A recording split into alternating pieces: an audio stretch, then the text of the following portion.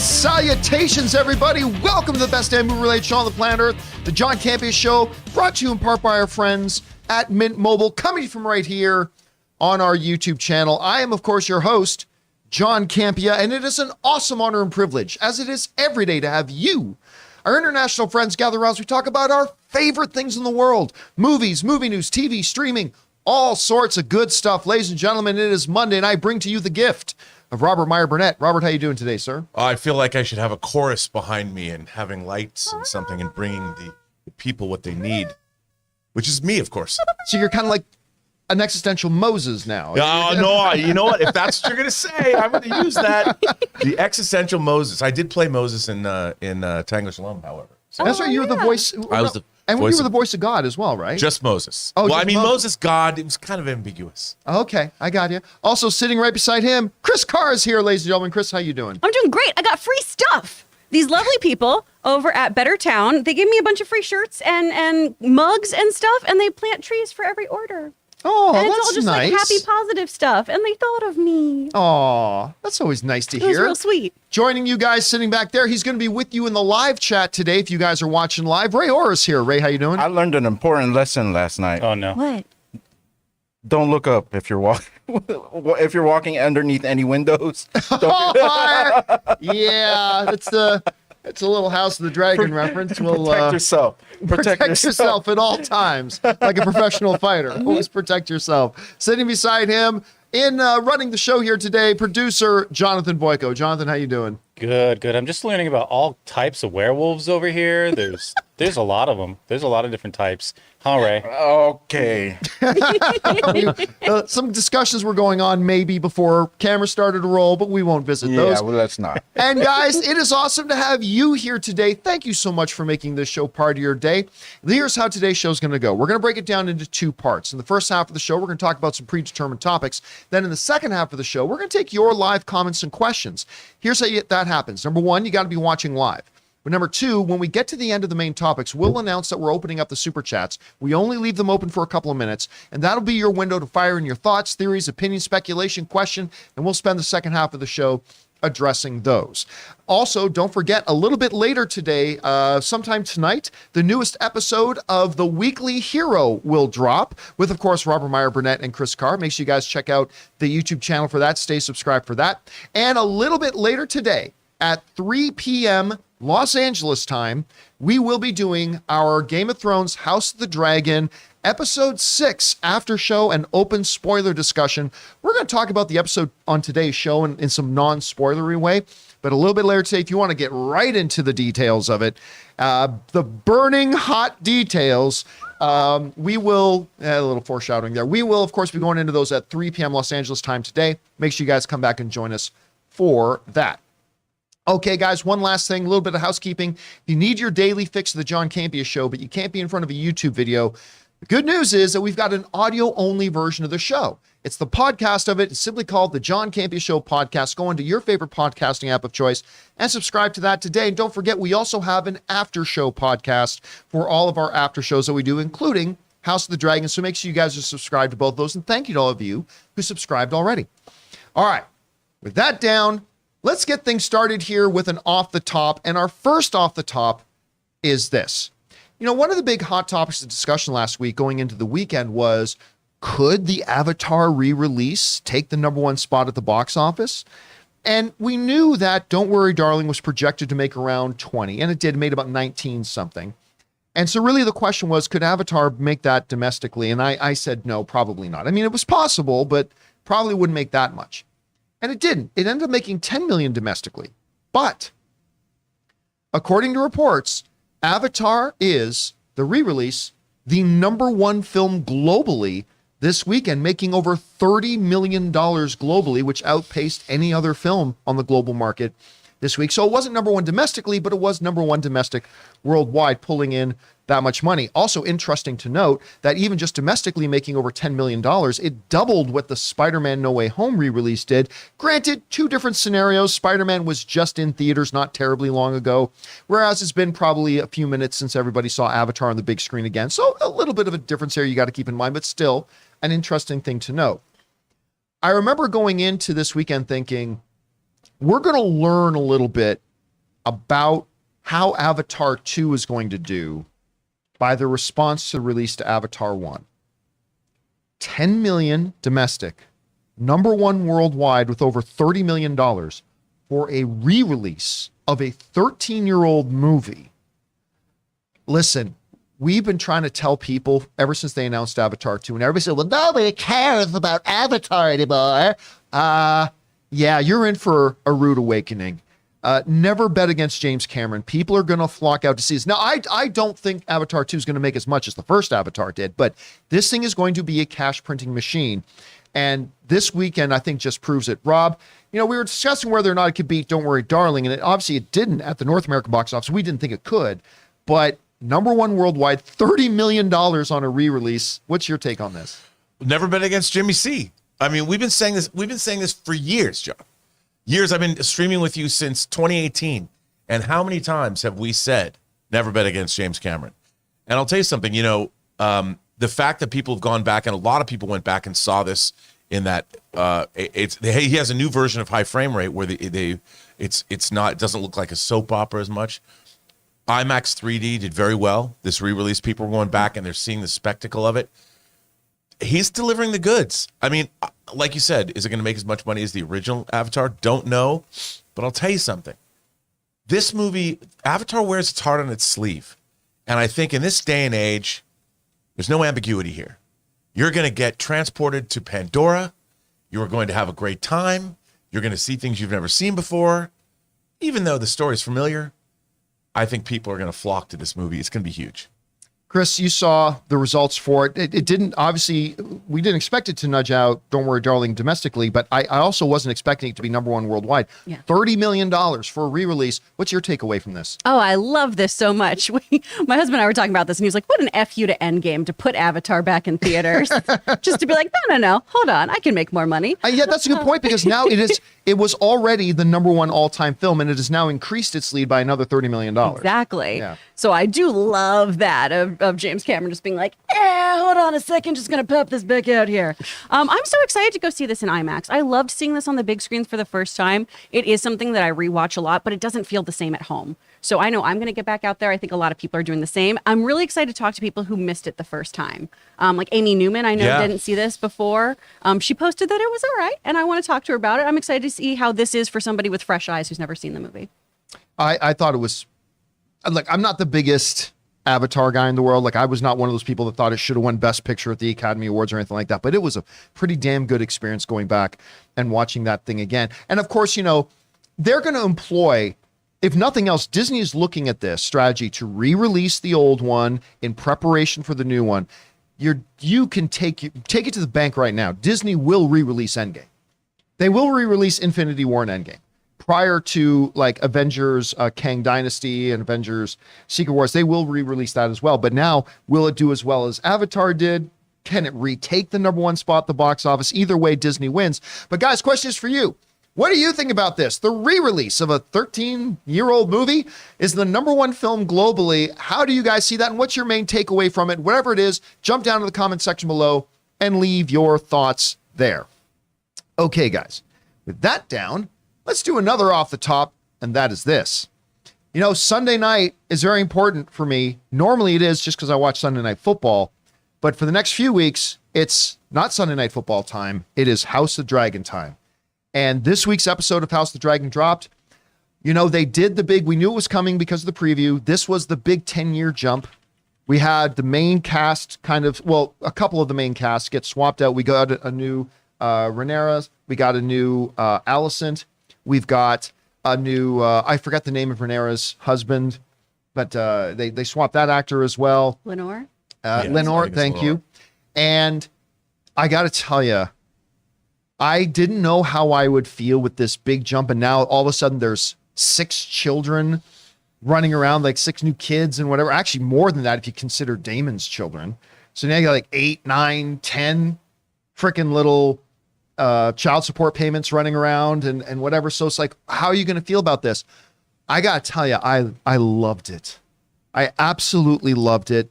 This was the most Game of Thrones feeling episode of House of the Dragon to me. I don't know why. The whole series has felt very much in line with Game of Thrones, but this one, to me in particular, really felt it was up there. I love the dynamic, and again, we're not going to go any spoilers. I love the dynamic between Rhaenyra and Lenore. I thought that was great. We've seen that the enmity between Alicent and Rhaenyra has really deepened a lot and gotten quite bad. We meet all the new kids. One of the kids has a Homelander moment, but again, we'll probably talk about that later this afternoon. I thought it was fantastic. And man, this show just continues to impress week after week after week, and I am loving it. Anyway, Chris, you had a chance to watch the episode. I mean, the big 10-year jump, we got some casting changes. In some ways, it feels like a little bit of a different show. I heard one of the showrunners say it was almost like our second pilot. It was like where we had to do a brand new pilot. That's a great way again. to describe it. How did you take it? You know, it didn't fire on all cylinders for me, just because some things, the time jump made me go, oh, I'm supposed to care about this because it's gone on for 10 years. Right. And that didn't always work for me, especially with how things turn out in the episode. I do think these actors are phenomenal. Our opening sequence, too, is so powerful. That long walking shot is so great. Oh, my God. It's so well done. And you know exactly, like, that's still the Rhaenyra we know. And boy, howdy, has she been still dealing with a bunch of the same nonsense. I think there's some really compelling moments. I think one of the most outstanding scenes is in this episode, actually. It's just a couple of the other things with this time jump don't work for me personally. And I'm worried that that's something that's going to happen is if we keep doing these decade jumps, that I'm just not going to be as emotionally invested in certain relationships. I don't suspect that they will, because we don't have another casting change. It's not going to be like The Crown where we've had 4 different Queen Elizabeths. But Rob, you saw the episode. What did you think? I really loved it. There's something that this episode did again. Stairs are the enemy of everyone. Yes. We saw Viserys looking up the stairs of Dragonstone, or the Driftmark when he had to go see Corlys, and this when Rhaenyra, after dropping a child, is looking up those stairs when she has to go see Alicent. I mean, I'm like, oh man, I never thought looking at stairs would be like ominous, but it was. I love this episode. Again, I think if anything, this episode went too fast. I would like to have seen this episode could have been split and made into 2 because so much happened. I found everything was so compelling, all these characters and where things have been readjusted and where like Daemon, contemplative, introspective, different than he was. Like you were pointing out, It's 10 years have passed. Yeah. 10 years have passed, and I felt it with him. I felt it, and I just, I find this show to be so, it works on the characters have so many levels to them, and that's what I love about this show is I really feel like these are, I don't know if I would say I'd like them as people, but I mean, I like them as characters. I really like watching these things because there's so many different levels to each scene that I find myself enjoying, even though you just know, because it's Westeros, that all of this is just going to go headlong into oblivion. And nothing but horrible pain is going to rain down on all of these characters. And I'm so there for it. One of my favorite things that happened last night was sometime after I'd watched the episode, I got a text, and it's Ray sending out a text, and it's a picture of Larys. So he just texts out a picture of Larys, and then he follows up with, I don't know what this guy's name is. And the next text line is, but whoever is, he should go fuck himself. Look, you know who does the decade jump good? Rob, you and I know. Who does it? The best 10-year jump in TV history. All the time. For all mankind. For all mankind, baby. You know what? Daemon was too chill. It was a little too chill for me. I hope we get him steering up stuff again. But yeah, I mean, this episode was needed to further the story, but it was just, there wasn't a lot of commotion going on from my prince. So I can't wait for the next one. Hopefully, just wait. Yeah. So. But I really did like the actresses that are now playing. Yeah. Oh, no, they did a great job. They were great. I mean, listen, I'll tell you what, if I didn't know the Alicent actress had switched, I just would have thought that was her. I know that sounds weird, but I just would have thought it was her. I just love the fact that she's become a straight up stone cold, and she's wearing the pants ruthless. Yeah. Ruthless, and I love her. She's had 10 years more experience in this role now. So, John, I got to ask you though. What's that? Team Allison, Team Renera. I can't go into that because it would get I would have to give specific examples in the show about why I'm answering it a certain way. All right, I was so gonna say, you just have to we're be gonna hashtag save that. team. Sounds Look at like you him. should Look at tune him into trying the to after sway. show. At 3 p.m. Los Angeles time today. Come on back for our House of the Dragon after show. We will go into all of those spoilery details. Hope to see you guys there. Question is, did you guys see the new episode? If so, what did you think of it? Jump down to the comment section below and leave your thoughts there. Okay, guys, with that down, let's go into another off the top here, shall we? And that one is this. You know, one of my favorite things as a movie, TV fan is when a trailer I wasn't expecting just suddenly drops. That happened this morning when the first official Last of Us trailer dropped. And you know, listen, first trailers are a different breed. We've seen an evolution in movie trailers. By the way, you should check out a documentary about that on Amazon called Movie Trailers, A Love Story by That's myself. great editing. With great editing. It's like fabulous editing. The editing made it, Jonathan. The Great editing commentary. made it. But the evolution of movie trailers is that it used to be a trailer was a trailer, but now like first trailers are like meant as a first taste. They don't give you too much first taste, a little bit of something. Then once you get into second, third episodes, this first trailer was amazing. And it doesn't really give us much because it's just a first trailer, but it's perfect music selection. The shot selection was great. If you're familiar with the game, they threw in some very recognizable stuff that would get you excited. If you're not familiar with the game, the tone and the tension and the almost post-apocalyptic feel of the world is drawing you. It's got a little bit of a Walking Dead feel to it, but a little bit of Game of Thrones drama feel to it at the same time. That had nothing to do, but Lady Mormont's in there, of course. So that might have had a little something to do with the Game of Thrones feel. This trailer is fantastic. Again, for a first trailer.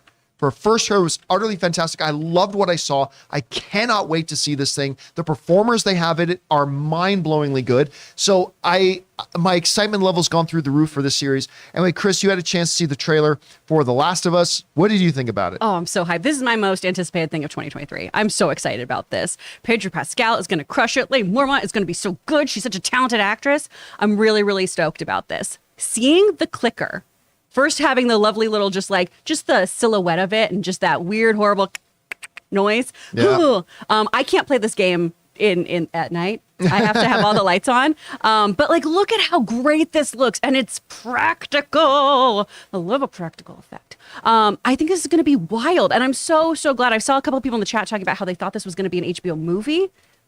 That game is so dense, and there's so much at play that I'm so happy we're getting a series of this. I think it's going to be outstanding. This gets me so excited about it. Rob, you had a chance to see the trailer this morning, just before we started the show today. What did you think about it? Again, I love this. I echo all your sentiments. You know, one of the things that surprised me was Chernobyl. Craig Mazin, who I actually worked with once at an ad agency, Craig Mazin knocked it out of the park with Chernobyl. In terms of, and I didn't know that he had that in him because he wrote hangover movies and superhero movie and all that. Chernobyl knocked me out.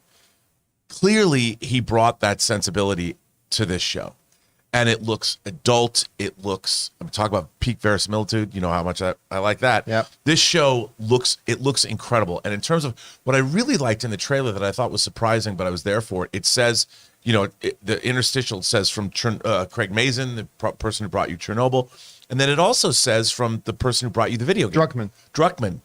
The fact that they're touting that the original creator of this successful video game is as involved as the showrunner, that that the integrity of this is maintained. And the fact that HBO would choose to focus on that aspect, I mean, this to me is the dream of anyone who's a fan of this game. It would be like doing a Metal Gear Solid game and having, you can't not have Kojima involved. Mm-hmm. And that's what they did here. And it made me realize, I'm like, they're on it. I don't know why this stuck with me so much, but I'm like, this makes me more excited than ever because the original creator working with a showrunner who's already created incredible television. This goes straight to my list of must-watch TV. Yeah. I was excited. There's stuff right in the trailer, to your point, that it's like you can just say that's pulled right from the game. That's right. Yep. I know right where that happens. I know right where that happens. It's awesome. I mean, we talk about adaptation, But to have, and Craig Mazin will bring that sort of erudite adult sensibility to this, but to know that the original creator, it will have integrity that I think that's what we as fans look for. But Exactly. I hope not so much that the original creator gets in the way of the proper adaptation of these, because I'll tell you what, for me, Last of Us is one of the few video games that truly has movie level, series level narrative storytelling, right? So that was cool when I heard they were making. But the moment we got excited was when we found out that the Chernobyl showrunner was doing it. Yeah, and his name comes first. Yeah, because that Chernobyl series was so unbelievably good. And you think, wait a minute, the guy who did Chernobyl is taking on the Last of Us source material?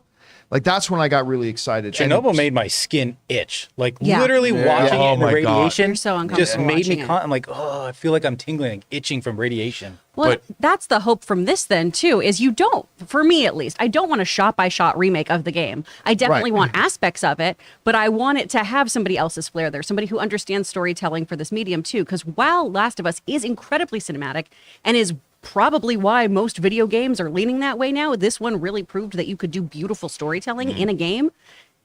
I still want a show that's going to, surprise Take advantage me. of the medium. Exactly. Right. Well, the Yeah. production values and the special effects. I mean, that Oh, one yeah. shot of a building, Yeah. I mean, this looks like they've spared no expense. So I'm very excited, John. All right, guys, question is for you. Have you had a chance to see the trailer for The Last of Us? I thought it looked absolutely fantastic. Again, just a first trailer we're talking about, but for a first trailer, it was incredible. How did you feel about it? Whatever your thoughts are, jump down into the comment section below and let us know your thoughts.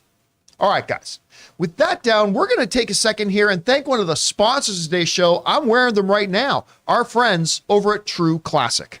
Guys, we want to take a second to thank a sponsor of today's episode, True Classic. This brand new sponsor has the absolute best fitting t-shirts that a man can buy. Finding the right t-shirt with a little bit of a dad bod is incredibly frustrating. Most t-shirts are either way too tight on your gut or look way too big and boxy. You're not in high school anymore and it's time to upgrade. True Classic has already helped over 2 million men finally get a better fit at an affordable price. And the John Campea Show viewers and listeners get access to the best deal they offer. For a limited time only, get 25% off using the code Campea at trueclassic.com. Look, you and I both know that almost all of men's t-shirts are designed to look good on skinny models with six-packs. But let's be honest, that's not most of us. True Classic tees taper off towards the bottom, but they fit tighter around the chest and shoulders. It's time to highlight your best attributes with a t-shirt that you can always confidently throw on. Like most of you guys, ever since college, I've always struggled to find proper fitting t-shirts that are comfortable. Well, True Classic, from the moment I put on the shirt they sent me, solves it. And True Classic doesn't just stop at tees. From polos and workout shirts with the same flattering fit. Upgrade your wardrobe with True Classic. Get 25% off at trueclassic.com with the promo code Campea. Free shipping included on purchases over $100.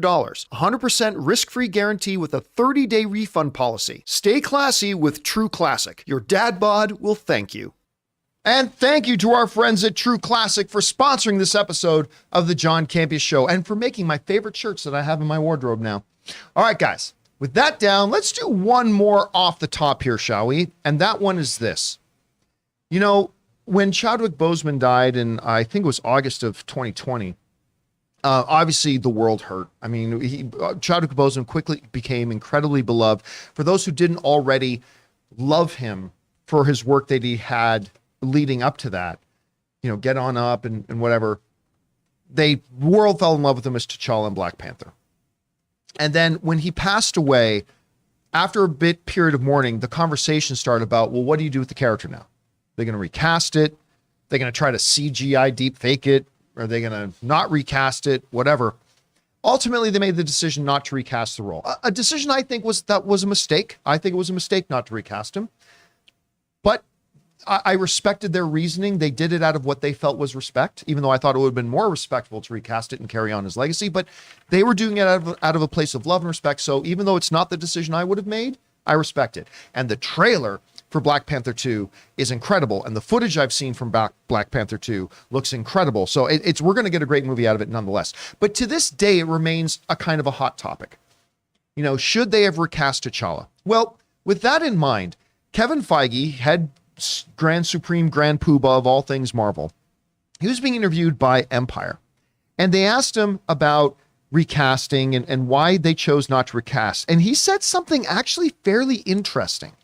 He said this, and this comes to us from the folks over at CBR, but he said, when asked why they didn't recast T'Challa, he said this: "It just felt like it was much too soon to recast," he said in an interview with Empire. "Stan Lee always said that Marvel represented the world outside your window. And when we had talked about how extraordinary and fantastical as our characters and stories are, there's a relatable and human element to everything we do. The world is still processing the loss of Chad, and Ryan poured all of that into the story." There's two really interesting things in this comment, and I want to start with the second one, when he says, Stan Lee said this, Marvel's supposed to be the world outside your window. And so when they were getting ready to make this movie, they felt like the world was still processing Chadwick Boseman, the loss of Chadwick Boseman. And so Ryan Coogler took that feeling we all felt and poured it into the next movie. There's something about that is exciting. I mean, the art is what is art if not taking the human experience, whether it's our history, our hopes and dreams and our fears, and pouring it onto a canvas, whether that canvas is, a print or a movie or a television show. And the idea that a filmmaker like Ryan Coogler could take that very real pain and the loss and the grief, and then try to transfer that into a piece of art like Black Panther 2, something about that is really kind of interesting to me. And I'm looking forward to seeing how Ryan Coogler as an artist takes that onto the screen. However, the one thing I would say to it, though, if I were talking to Kevin Feige, is that I understand that when you were contemplating what to do with T'Challa, at that moment, 2 years ago, it felt like the world is still processing the loss of Chadwick Boseman. I agree. But I also think you needed to be cognizant of the fact that this movie wouldn't be coming out until long after 2 years plus, that we as a culture have had to mourn. And at some point in any loss, we move from mourning to celebrating. We move from mourning the loss of someone, and then we transition into a celebration of their life and a celebration of who they were and what they did. And I think maybe they could have been a little bit more aware that, yeah, right now we're dealing with this loss, but this movie is going to come out for the general public for another 2 years. So I think maybe they could have thought about that, but whatever. The other interesting thing, though, that I think is worth discussing here is that Kevin Feige doesn't say, we absolutely just knew we couldn't recast him, period. He said this, and I'm reading this verbatim. He said, "It just felt like it was too soon to recast." And again, I understand the feeling. I understand where they were and all that kind of stuff. But I wonder, Rob, when he says that, is there almost like a hint or an implication in that saying, is there a suggestion in there that maybe at some point we will recast T'Challa and T'Challa will be back? When he says, it just felt like at the time it was too soon to recast, was that maybe opening the door a little bit, suggesting that somewhere down the line, I mean, this is the MCU. Could we see T'Challa return with a new actor performing it somewhere down the line? I don't expect it in Black Panther 2, but what do you think? I don't know about that, because I think that they're going to lean heavily into the death of T'Challa in this movie, I would imagine. And yet it's Black Panther. It's not called T'Challa, it's Black Panther. And, Black Panther is a mantle that a prince or a warrior from Wakanda accepts. And I think that we move on. Because, in the Marvel universe, characters move on. There are different iterations, of characters. I mean, I'm not going to say never, because it is the Marvel Cinematic Universe after all. But I like that they're incorporating this into the storyline, because look, as long as we get a compelling storyline that gives us a great entertainment and food for thought, and it expands the Marvel Cinematic Universe in interesting ways, I'm all for it. I don't necessarily think we have to have the character of T'Challa back. We have to have a Black Panther, and we have to have Wakanda, and we have to see how does Wakanda relate to the rest of and the thing that I'm most interested in is how is it going to relate to the rest of the Marvel Universe, dealing with Toucan Sam or whatever new realm is called. I keep saying Toucan, but it's not. You know what I mean. I don't know what it's called in my mind. I haven't wrapped my head around it because it's Atlantis, it's Namor. I've read it, I understand it, but when I see, I know, Fruit Loops, but I can't, until I see it, I can't wrap my head around this whole thing. Right. And that's why I have to say that of all of Phase 4, I'm most interested in Wakanda Forever as a movie to see how they're going to deal with T'Challa. How are they going to deal with this? How are they going to deal with him? How are they going to deal with all of this stuff? And I'm fascinated. I have to say, other than Moon Knight, which I was obviously really excited about, and to a certain extent Shang-Chi, I think Wakanda Forever is the movie that I'm really excited for. I hope I'm not let down, but it's because I want to know how are they going to honor both Chadwick Boseman and then deal with the character of Black Panther and T'Challa and moving forward and what's going to happen.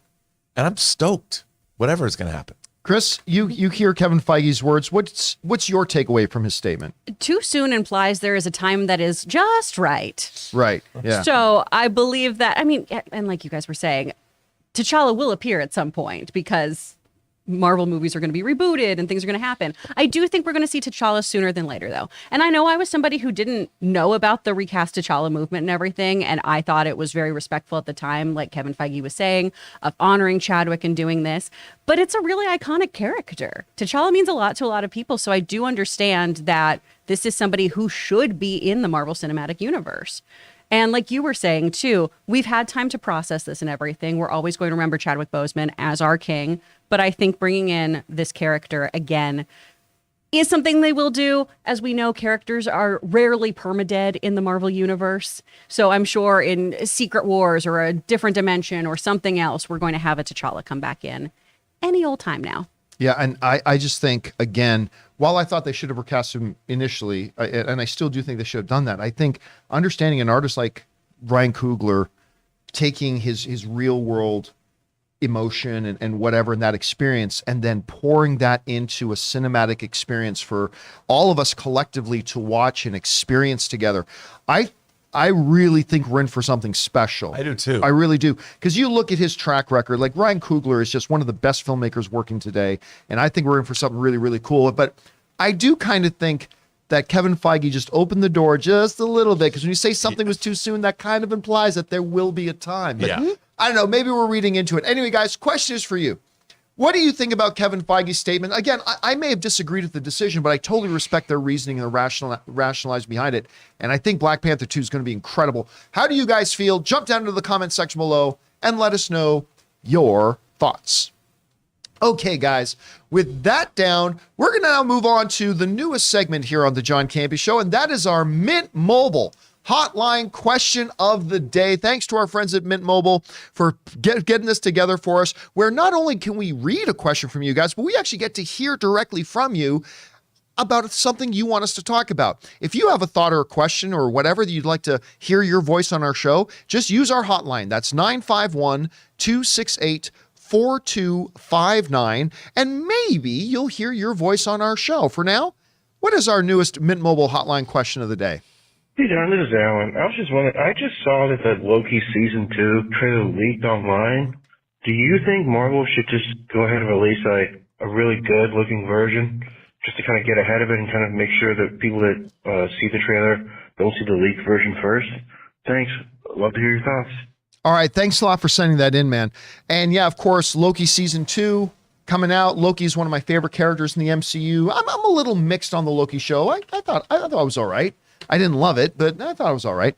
But they, of course, showed an advanced sneak peek of it at the con.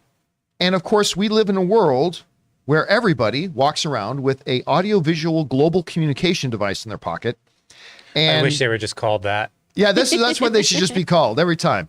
And people, of course, somebody videoed it. They weren't supposed to, but they did. Somebody videoed it, and it leaked out online. And it's an interesting trailer. I like what I saw. But the fact of the matter is, there is a low quality, crappy version of the trailers floating around out there that every minute that passes, thousands and thousands and thousands of new people see it. And so the question you raise is a very good one. Now, obviously, Marvel did not want the trailer to get out there, but it did. So they just got to deal with that reality. So what's your response to it? In the past, Marvel has responded in what I think was the best and smartest way.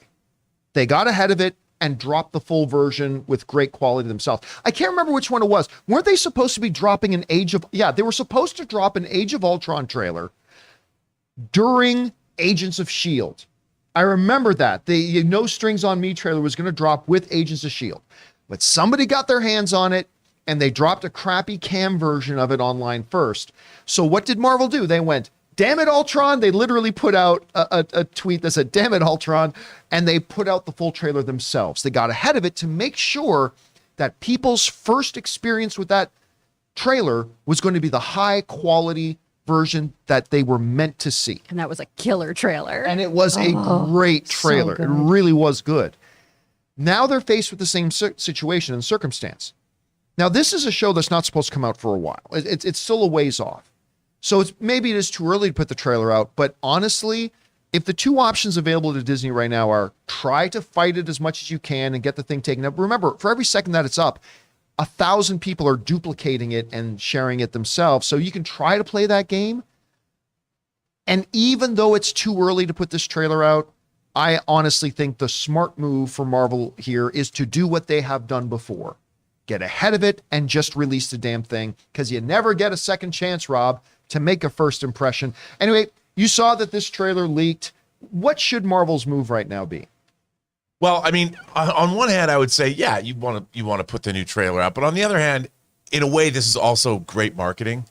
Somebody put out a bootleg trailer, ooh, and everyone feels like, oh, look, all of fandom, everyone that's watched this bootleg version will watch the trailer again when the full version comes out. Yes, I will. And I mean, I do. Look, I'm the first person that if someone says, hey, man, the bootleg trailer dropped for this, I'm like, oh. I mean, I'm the first person that we all watch. But I'm also the first person to watch when the new version of it comes out. Right. Because I want to see it. I think it's unfortunate. I'm all about great picture and sound quality. So I was looking at bootleg videotapes when I was like a kid. I can't stand seeing bad image, especially in this day and age.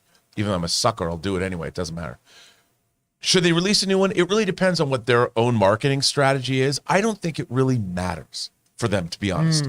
I don't think it matters because whether, obviously they want their things to be looked at in a good light. But it's not like people go, this looks like Marvel totally dropped the ball because I'm watching a bootleg trailer, so it doesn't look good. No one's going to think that. It really depends is there information in this trailer that they don't want out into the world that regarding the bigger Marvel. But it's out there now, whether they want it to or not. Yeah, it's out there. So it depends. Do they really care enough? I think they just use it. It's another marketing tool because you're giving fans, ooh, I got to see something I'm not supposed to see. You get that I get to open a Christmas present, not on Christmas morning, on Christmas Eve. I mean, there's that too. I feel so personally attacked by everything you're saying right now. Where I'm like, I am that person. I do that. I know that you. I'm exactly that person. I mean, someone's like, hey, would you like the scripts for Secret Invasion? Yes, I would. Send me all your spoilers and all that crap. You would not believe what's on my computer. I'm the first guy to do that. Know. But yeah, we really don't want to know what's on your computer. We're really quite happy. It's all family oriented. So you're saying you want people to send you their scripts? Two girls, one. No, I don't want people. I want people to send me other people's scripts that have already been produced. Oh, there we go. Don't send me scripts. As a matter of fact, I got 2 scripts I didn't want to read this weekend. All right, Chris, what do you think? What should Marvel be doing right now? They should do what I want and give me the full trailer so I don't have to watch it all glitchy while Loki's being glitchy. Right. I just want it now. And I mean, I think Rob nailed it. We're all going to watch it anyway. We already have watched it. Sorry. I want to watch it I just want to watch it in better quality now. Perhaps, I don't know why everyone looks like they filmed these two on Robin Williams' camcorder from Hook that he sends his assistant out. Because they know they're not supposed to have the I know, kids, so but they're these trying to things hide shoot it in while they're 4K shooting it. now, so why is it all just like Blair Witch? It's 1990s footage. I don't understand. It's weird. I mean, why don't people have those new Ray-Ban sunglasses that have, kind of like Google Glass? Because they will never let you wear those in there. They will never let you wear Do those in some there. spy shit for me, D23ers. Come on. But All I right, think we should guys. release. Question is for you. Did you have a chance to see the trailer? A lot of you had. I think the one that I saw already had like 250,000 views on it or something Right. like that. So If so, what did you think about it, and what do you think Marvel's response should be right now? Obviously, they didn't want it out, but it's out. So should they just try to get it shut down as quickly as they can, or should they try to get ahead of it like they used to and just put out the full quality one? I understand why they probably don't want to do that too. What do you think they should do? Whatever your thoughts are, jump down to the comment section below and leave those thoughts there. All right, guys. With that down, we're going to move into our main topics here now. And how do we select our main topics here on the John Campea Show? Well, that's simple. You guys come up with them. Whenever you come across a big topic, issue, or story that you guys feel we need to cover as a main topic here on the show, just go anytime 24/7 over to www.thejohncampeashow.com/contact. Once you guys get there, you're going to see a form. Fill it out with your topic or question. It's 100% free. Hit submit, and then maybe, just maybe, you might see your submission featured as a main topic here on the John Campea Show. With that down, Chris, what is our first main topic today? Our first topic comes from Xandersaurus. Hello, everyone on the show. This weekend is a great and fantastic day for the Jurassic Park fans because Variety reported that Jurassic World Dominion has reached $1 billion, making the second movie of this year joining the $1 billion club along with Top Gun Maverick. Thoughts about Jurassic World Dominion reaching $1 billion, and what do you hope for the future of the Jurassic movies? You know, kind of like the James Cameron thing, never doubt a Jurassic World movie, apparently, even if it gets pretty mixed reviews and whatever, it don't matter. People love seeing, Rob, you say this all the time, people love seeing dinosaurs eating people. That's just money in the bank right there. And so, you know, it didn't have the biggest, fastest start, but it just kept hanging in there and people went to go see it. I'm sure part of the lackluster offerings that have been coming out in theaters helped with that, but still, slowly but surely, took a number of months, it crossed that finish line, and now this newest Jurassic World movie is now one of the new $1 billion clubs, the second $1 billion club movie this year, only the third in the pandemic era with this, Top Gun Maverick, and of course, Spider-Man No Way Home. This comes from the folks over at Variety who wrote the following. Never doubt dinosaurs. Jurassic World Dominion, the latest installment of Universal's Tyrannosaurus-sized film franchise, has finally crossed the $1 billion mark globally. It took more than 4 months to get there, making Dominion one of the slowest films to gross $1 billion in its original run. Other blockbusters that have reached $1 billion after 3 months or longer of playing on the big screen include Finding Dory, Zootopia, and Frozen, all kids' movies. That's relatively quick compared to Harry Potter and the Sorcerer's Stone, which needed at least 2 decades and a few re-releases to join the club. But hey, a win is still a win. Chris, despite all the, things like, really, do we need the dinosaur insects? And did this really work? And that really, and all that kind of stuff. This franchise is still so strong. Even this one crossed the $1 billion mark. Again, only the second one to do it this year. And we're in September.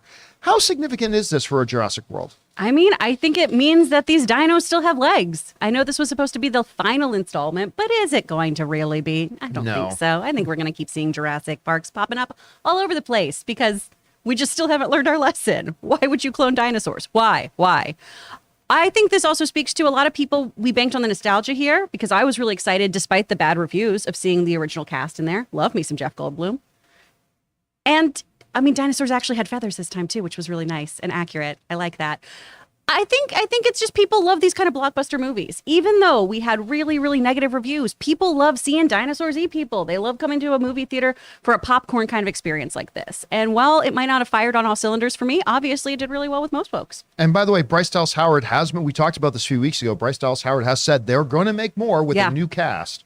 And my question is, what is there left to do with this concept? But we've already been to the Vatican. It just made $1 billion.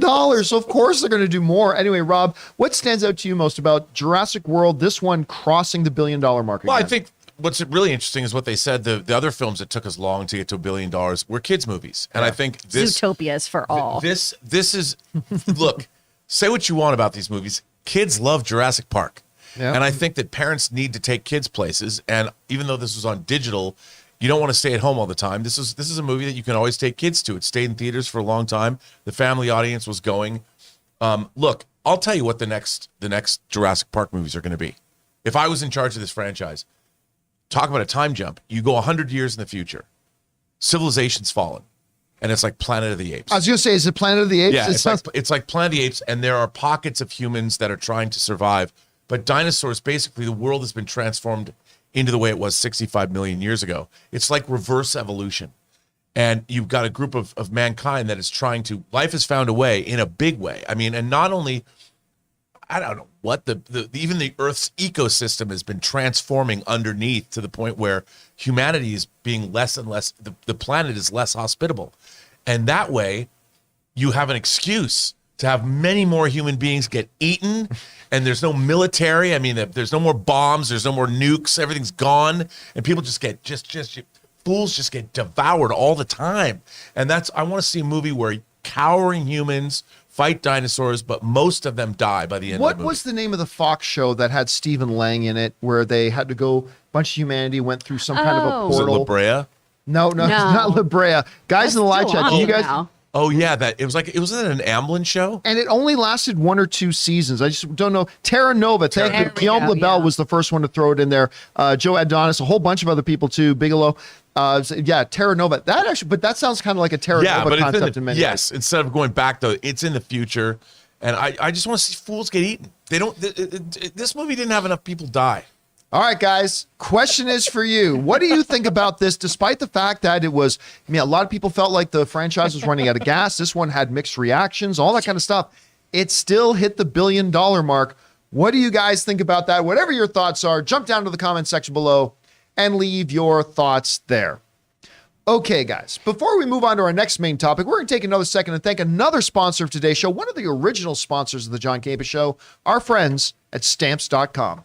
We want to take a second and thank a sponsor of this video, Stamps.com. Guys, I know it feels early, but Christmas really is right around the corner. And if you've got a lot of stuff to send to family this year, you got to start thinking ahead. And if you're a small business owner, you know how important it is to be ready for the insane holiday season. Stamps.com has everything you need to make your life a whole lot easier. It's the 24/7 post office that you can access from anywhere. No lines, no traffic, no hassle. Get access to the USPS and UPS services that you need to run your business right from your computer. Protect your margins with major discounts from USPS and UPS rates up to 86% off. All you need is a computer and a printer. We all know that rates are always changing, but with Stamps.com's Switch and Save feature, you can easily compare carriers and rates so you know that you're getting the best deal every single time. And if you're running an online store, Stamps.com works seamlessly with all the major shopping carts and marketplaces. So get ahead of the holiday season chaos this year. Get started with Stamps.com today. Sign up with the promo code Campea for a special offer that includes a 4-week trial plus free postage and a free digital scale. No long-term commitments or contracts required. Just go to Stamps.com, click on the microphone at the top of the page, and enter the code Campea.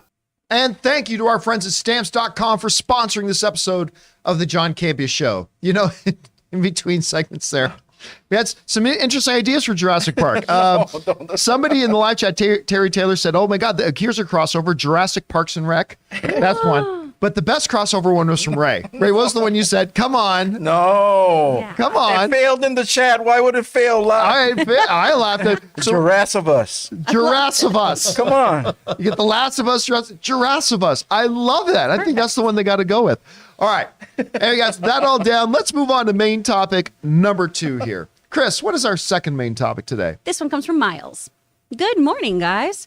I've been absolutely floored by Andor so far, and I can't wait for episode 4 on Wednesday. I know season 2 was already greenlit before this season started airing, but I didn't know what Tony Gilroy already had the entire second season completely mapped out. Was Disney that confident in the show that they paid for the entire second season to be developed before the first season even started? What do you guys think? All right. Thanks a lot for sending that in, Miles. Yeah, listen, we've known for a while that they had in advance greenlit season 2 of Andor. And we knew the basic idea that season 1 was going to be 1 year. And then season 2, every 3 episodes was going to represent another year leading up to the events of Rogue One. Okay, we know that. What we didn't know was just how far they went into the full development. Because listen, we talk about this all the time. Everybody can have a plan. I mean, the Aragon Dragon series was supposed to be a trilogy, and we all saw how that turned out. Or Universal's Dark Universe movies was going to be The Mummy and Jekyll and Hyde and as in all these movies. Well, we saw how that turned out. So you can have your plans, but apparently they didn't just plan to have a season 2. They've already fully developed it. And Tony Gilroy is now saying, oh yeah, it's second season's already completely mapped out. And they just released the first 3 episodes of season 1. This comes to us from the folks at CBR who wrote the following. While Andor season 1 only premiered days ago and season 2 is likely still years away, the series showrunner, which is Tony Gilroy, acknowledges that the second season is already mapped out. He says, the writing process is super complicated because we're really trying to get everything just absolutely perfect. And it's 700 pages of original material. It's an incredible amount of scene work and actors. I'm expecting that the last script from my brother, screenwriter and director Dan Gilroy, in a week on his block. I owe my 3 scripts, but they're all sketched out. We know exactly what we're doing, but the moment-to-moment details of it will probably still be hammered out through April. And that, of course, comes us to CBR. So every major step along the way of this story is already planned out.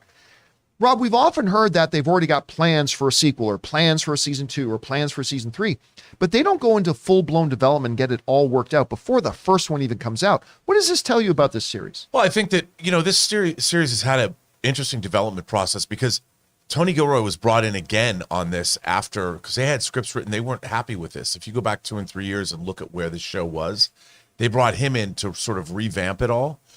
So they've had a lot of time developing this series. And I'm like, this is the way to go. If you're doing a spy series, you already have your end product, which is Rogue One. You know where you're going. They're telling an epic spy tale. I think they're approaching this like a great novel. And the fact that, like he just said, Gilroy said, I mean, that's exciting that Dan Gilroy, who made Nightcrawler with Jake Gyllenhaal, is directing and writing on this show. I mean, we're getting Academy Award caliber screenwriters and directors working on this movie or working on this series. I think it's great. And it makes sense because on a show like Andor, where your end, you better have this thing mapped out because what you want it to be is now, can you imagine, John, we're going to have 24 episodes and then a movie that could ultimately be one of the most satisfying things ever to come out of the Star Wars franchise. I mean, I think that's what they're going for. Yeah, and they're certainly off to a great start with these first 3 episodes. Of course, the 4th episode dropping this week. I mean, you've seen where it's going. Yes. It ups the ante, according to you, and becomes more Star Wars. What they've done here is completely incredible. We'll see if the second half of the season can match up with what they've done the first half, but they're off to a great start. Anyway, Chris, you hear about this. Like, what does this tell you about Andor and their plans, and what's your big takeaway from this? We're not going to be changing canon that's been established, is what Right. I'm hoping this means. We have our endpoint, like Rob was saying, so we know how this has to end. I think that a show like this has to be carefully mapped out so that you don't rush things. So you also don't skirt over things that are important to getting to the Cassian Andor that we meet in Rogue One. So I think this is very, very smart. And it's something I wish more shows did because we have so many series that, start out the gate really, really strong, but then they just kind of flip and flop around for a while and they don't know what they're going to do. They're just a fish on a deck, basically, right? So I'm really, really happy that we have a trajectory here.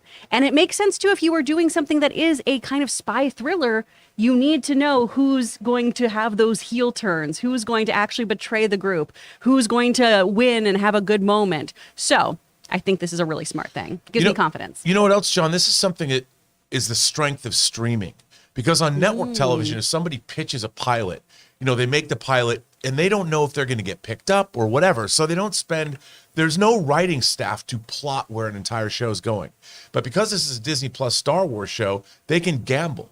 They hire these people and they're like, okay, we're committing to 24 episodes. Right. We know. So the people, the showrunners, are afforded an opportunity to start thinking about the entire show that they're making, which is something that only streaming can do and only somebody who has deep pockets can make happen. Because everything else, it's like, well, maybe you'll get a second season, maybe. But when you know that you're actually doing this, you can spend the time, and I would imagine this show is going to be incredibly satisfying. And there's a strength that streaming has that network certainly doesn't. Right, but you used a word that a lot of these streamers don't like: gamble.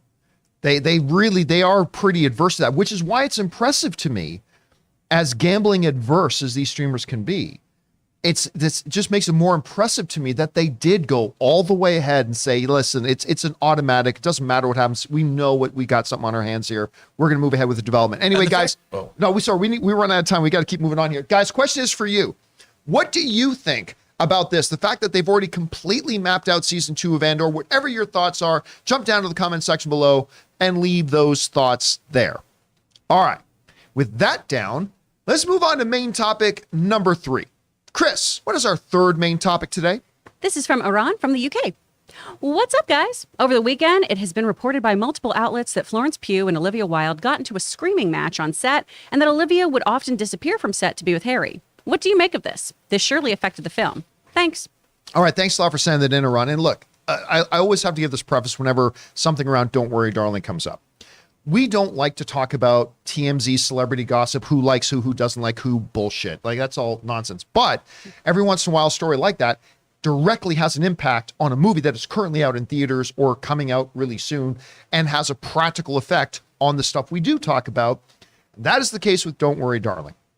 Now, we all know about, there's been so much drama between not just Olivia Wilde and Shia LaBeouf and who fired who and who quit and all that kind of nonsense as well, but also the Florence Pugh thing, then the Harry Styles thing, and all that kind of stuff. It's a mess. Well, a new, more official along the lines report has now come out kind of breaking down what actually happened, what was a series of events, and what has led to the fact that Florence Pugh is not apparently promoting this film and all the tension that's going on. This comes to us from the folks over at IndieWire, and they wrote this. A new report from Vulture offers more details on the behind-the-scenes drama that has plagued Don't Worry, Darling, alleging that Florence Pugh and Olivia Wilde engaged in a screaming match on set in January of 2021. Pugh was reportedly frustrated by Olivia Wilde's frequent disappearances with Harry Styles, who she began a romantic relationship as soon as they cast him, as well as the couple's decision to attend a high-profile wedding despite frequently lecturing the cast about COVID protocols. Florence would give input on how she thought the next scene should be shot when Olivia wasn't there, the story's author Chris Lee revealed on Twitter. She was like, "I'm directing this movie more than you are." That was yelled at one point and people heard it. That spread all around very quickly. All right. So, and again, that comes us from the folks over at IndieWire. Now, how big of an effect did this have on the final product of the movie? You and I will never know. We'll never know. But it's going to have an effect. Because when you're trying to put something together creatively and that kind of tension is on set, I mean, that's hard and that's rough. And listen, I have guffawed for years now about how great I think Olivia Wilde is. I mean, Booksmart is seriously like one of the best directorial debut movies I've ever seen. It's absolutely brilliant and fantastic, and I've been super excited. But when you're the director of a movie, you're the captain. And if you're doing things like firing up an affair with somebody on set, disappearing from set so you and that other co-star can disappear off together, or you start telling your crew and your cast about, hey, follow these COVID protocols because they're shooting in the midst of that, but then you yourself and your new plaything go off, running off, doing things that are completely breaking what you're telling the cast, to the point that the star of your movie is getting completely frustrated with you. They're shooting scenes without Olivia even on set. Like, she's disappearing while they're shooting. Like, just go, I know you guys got it because me and Harry are going to go run over here. Like, that is not how you run a production. And it's why this whole thing is turned into a circus. And this thing made 19 million over the weekend, which was good enough in these very, very, very slim times to be number one at the box office. But if you had asked everybody coming out of CinemaCon, however many months ago, that was May, June, July, August, 5 months ago, when they showed us this big Don't Worry, Darling presentation, no way anybody is thinking this thing's only making $19 million. It wasn't going to be a $100 million opening movie, don't get me wrong. But this kind of drama, this kind of thing clearly had an impact on the film. It clearly had an impact on the bottom line. Hell, the article goes on in IndieWire even to express the fact that the head of the studio, I think at the time was Toby Emmerich was the head of the studio at the time. He had to personally get involved and sit down and try to referee. And apparently Toby Emmerich is the one who hammered out a deal with Florence Pugh to stay on the film and to at least show up to Venice for the premiere and all that. Like, that's how bad it got. And I'm sorry, as big of a fan of Olivia, I've met Olivia Wilde. I think she's an incredible talent. You guys know I'm a big fan of hers, but you cannot conduct yourself as the director of a film like this and expect there not to be any repercussions, and it has hurt their movie. It's hurt the studio, and it's unfortunate. I don't know, Chris, you read this report. All this kind of stuff is now coming out. What was speculation appears a little bit more concrete. What's your takeaway from it? Well, after this was released too, then 40 crew members came forward and started saying, no, this is not true at all. There's a whole statement of Olivia is an incredible leader and director who was present with and involved in every aspect of the production. She ran the set with class and respect for everyone involved. There was never a screaming match. Right. We also had Warner Brothers executives Michael DeLuca and Pamela Adby release a statement to Entertainment Tonight saying, no, there's never been a problem, all of this. Now, But you know who didn't make that statement? Florence Pugh. Pugh. Exactly. So you have to take these things with a grain of salt because, of course, the Warner Brothers executives are going to say, no, everything's fine here. You should go see it. Don't worry, darling. Don't worry, darling. Go. Synergy. So it is a very, someone said this, someone said that thing that honestly, I'm just sick of. I wish we were talking about the movie. I wish we were just talking about how everything went with this. It's unfortunate if all of these really unprofessional things happened. This sounds like, if they are all true, what a nightmare set to be on.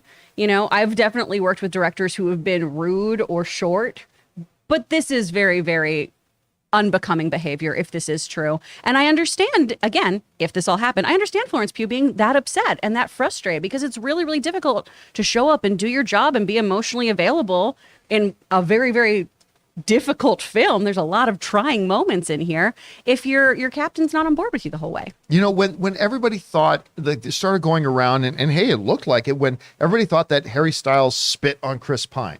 What happened within 24 hours?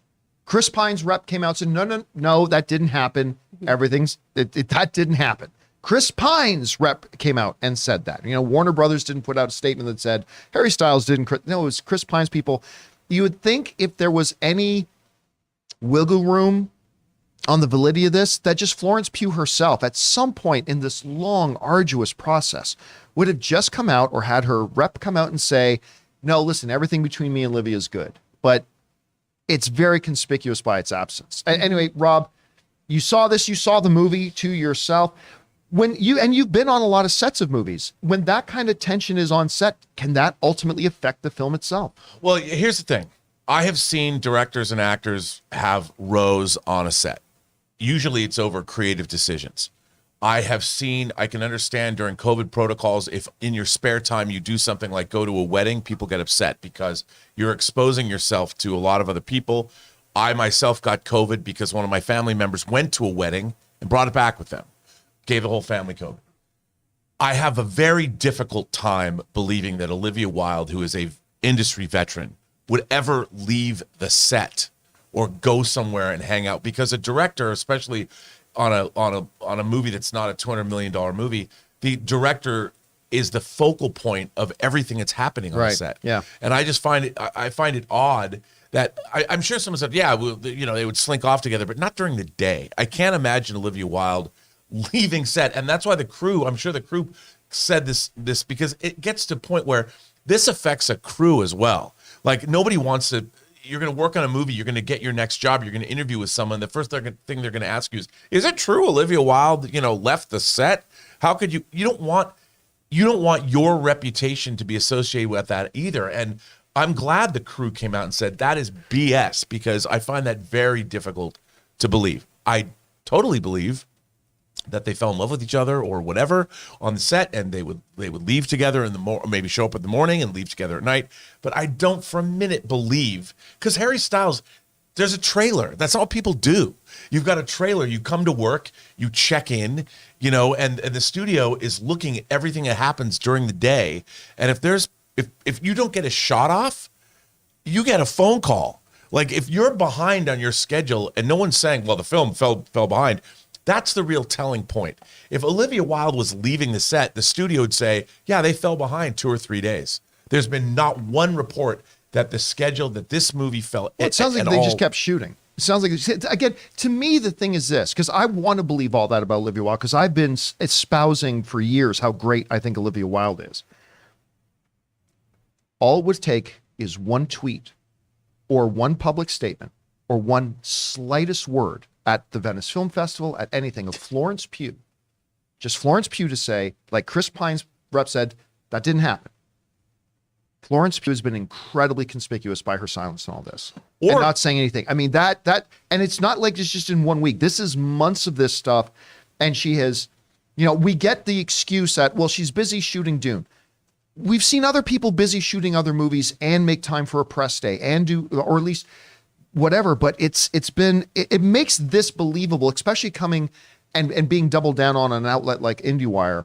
It makes it really, really conspicuous by that. I don't know, but you're just of the opinion that you don't have an opinion about it because you don't believe this actually happened. I believe certain things happened. So certain the Right, things they that are in certainly the met and fell in love. All that kind of all that stuff. I Yeah, believe, yeah. but I don't believe that because people just don't put up with that. Studios do not put up with that, and the money people don't put up with that because you're talking about millions of dollars are at stake. And I also don't believe that Olivia Wilde would do that. As somebody, as a filmmaker who is a woman working in the business, it's already hard enough. And this film was something that she was passionate about. She found this script. It was a blacklist script. She rewrote it with her Booksmart writer. I just don't buy it. I don't buy all of it. Question is for you. What do you think about this report that's come out? What do you think if the report is true? How does that affect the way you see the film and the people involved? Or do you even believe the report at all and you think it's just like a bunch of nonsense? Whatever you guys think about this, and did it have any impact? This is I'm bring up here because I had a few people tell me that it did. Does all the drama that went on, did that at all have any impact on whether or not you went to go see the movie? Because I've actually heard from some people that it did. Maybe it didn't for you. Whatever your thoughts are, jump down to the comment section below and leave those thoughts there. Okay, guys. With that down, let's move into our fourth main topic today. Chris, what is our fourth main topic today? This one comes from Adam Meyer. It appears the review embargo for Marvel's Werewolf by Night special has lifted and is receiving widespread acclaim for Gail's and Laura's performances, Man-Thing, the score, and for Michael Giacchino's direction. After hearing that, not only is it a refreshing take, but that is also signals a turn to true horror and gruesome aspects within the MCU. Do you all think this could help Marvel fully embrace its supernatural side? What are your thoughts on these reviews? All right, thanks a lot for saying that in. And yeah, so a bunch of people have been able to see Werewolf by Night. Now, I'm going to be honest with you. You guys have heard me talk about this. I've had very little interest in this. I haven't hated the idea of it. I've just had no interest. And when they dropped the first trailer for it, I admit, and I talked about it. I'm one of the few people that I watch. I'm like, that trailer didn't really interest me that much. I didn't really see anything there to be excited about. Kind of looked like a joke, whatever. And when they posted the hold page for it on Disney Plus for Werewolf by Night, it listed the genre as comedy. And we talked about that at length as well. So it's like, I've had very, very little interest in this, just to be frank. That said, the people watching it, even people who I know have not liked Marvel's or Disney Plus stuff, like hardly at all, are coming out and saying that this thing's great, that it's horrifying, words like chilling, and truly embracing horror while also being tongue-in-cheek at the same time. James Viscardi, who's known for not really liking the Marvel Disney Plus thing, he said this. He said, the Marvel Disney Plus shows have been a bit all over the map quality-wise, but Werewolf by Night is easily the best thing they've done. And that coming from somebody who has not really enjoyed what they've done so much with that. Eric Goldman writes, I love Werewolf by Night. The throwback black and white classic horror approach works perfectly for the story and feels so unique within the MCU. It's an exciting example of how they can push boundaries. That's neat to hear. An exciting example of how they can push boundaries. The cast is great. I hope to see more of it. Hems writes, I got the opportunity to watch Werewolf by Night a bit early, and this honestly may be my favorite Phase 4 MCU project yet. So not just favorite Disney Plus thing, but my favorite Phase 4 project yet. It's brutal. It's chilling. It's effectively tongue-in-cheek. Also, more and more go on to say that it's very violent and all this kind of stuff at the same time. So now here's the other interesting thing about it too. A lot of people are referring and talk about it as a very self-contained story. So that tells me it's not bringing in a lot of loose threads or tying into the rest of the MCU all that much. I mean, I don't know if that's the case. That's what I'm interpreting from them saying it's a very self-contained story. A lot of them are saying that. I'm going to admit, I am more intrigued now hearing all these people saying, oh, no, it is very violent. It's chilling. It's pushing boundaries. It's still tongue-in-cheek because it's Marvel, but it's done all this kind of stuff and that it's self-contained. And I get excited about the self-contained idea because one of the things I've been saying for a long time that I wish Marvel would do is what DC has done, telling some self-contained outside of their main cinematic universe movies with Joker, the Batman, things like that. I would love to see Marvel experiment with that. And is Werewolf by Night a little bit of an experiment with that? And if that, I got to say that's intriguing to me. So while I have not been super interested in this project, I got to say I'm liking what I'm hearing. Rob, you've been hearing the reactions coming out of this. Some people saying it's the best thing they've done in Phase 4 so far, that it's violent. It's all. What's your interpretation of this? Well, this excites me to no end because I've been really interested in how they are going to incorporate the supernatural into the MCU. Right. You know, we have like Agatha Harkness, Man-Thing Look at there. that looks great. It sounds really incredible. You know, one of the sites I always watch on YouTube is Everything Always because they always report on Marvel information. And that guy was very, very enthusiastic about this. And I'm like, wow, he was waxing rhapsodic because he saw it as well. And I'm like, okay. And it sounds terrific to me. And like it's hardcore because I'm like, how are they going to make a Blade movie in the MCU? Where are vampires going to come from? Like the X-Men, where have they been? There's lots of monsters in the Marvel universe. Is Man-Thing just wandering around somewhere and we just haven't seen him yet? So they're addressing these issues. The only criticism that I've heard of this that I found interesting was somebody said that like Man-Thing was CG and that the CG creation looked a little out of place because they really leaned in to the movies of the 30s and 40s and that there was no CG. So the fact that's interesting. You know, and I was like, that fascinated me because that wasn't a criticism as much as it was an observation. But everybody else has been wildly enthusiastic about this. And I'm like, man, dude, I can't wait. Because I'm like, what is this? Like, what is this? But hearing that this is this good, dude, I'm in. I can't wait to see this. Chris, you've been hearing the reaction. Now, I know, unlike me, you have been very enthusiastic about the sounds of this. What do you think about what we're hearing? What's your main takeaway? I mean, I was hoping this was going to be really campy and ridiculous, but I'm hyped for it still. I'm just going to be a little nervous watching it because I get spooked easily. But I mean, I never thought that we would get friggin' Theodore Salas in the Marvel Cinematic Universe. That's wild to me. That is bananas that we have Man-Thing in this. And I think that's really a cool observation because the practical effects are what I was most excited about in this. Yeah, and I'm like, why did they make a practical Man-Thing? It would have been expensive. Yeah. But that would have been dope. Just hit up the Jim Henson workshop, guys. That would have been dope. It would have been so fun. But I think this is really, really exciting. I really, really like that they are exploring other genres because we've talked about this with Star Wars. You don't have to play in the same kind of genre. You can play in that same sandbox and you can explore different things there. We're seeing that with Andor, right? Doing a spy espionage thriller. I'm hoping we do more of this with Marvel. We've had, some kind of rom-com-y light things. We've had a lot of comedies in there and stuff like that. But I love that they're committing to horror. I think that's going to be really cool. All right, guys. Question is for you. What do you think the reactions coming out of this are? Not just that it's that they're good. I don't think that's the story. I don't think that the story is that the reactions about Werewolf by Night is that it's good. I'm surprised hearing that a lot of people are saying it's actually is horror. That's leaning into that, especially with all the stuff like I was not impressed with the trailer, the fact that they labeled it as comedy. So I think there's a lot of surprising things here. What surprised you? What's your big takeaway from the reactions we've heard coming out of Werewolf by Night? Are you looking forward to this thing? It's not that far away now, just a couple of weeks away. Whatever you guys think, jump down to the comment section below and leave your thoughts there.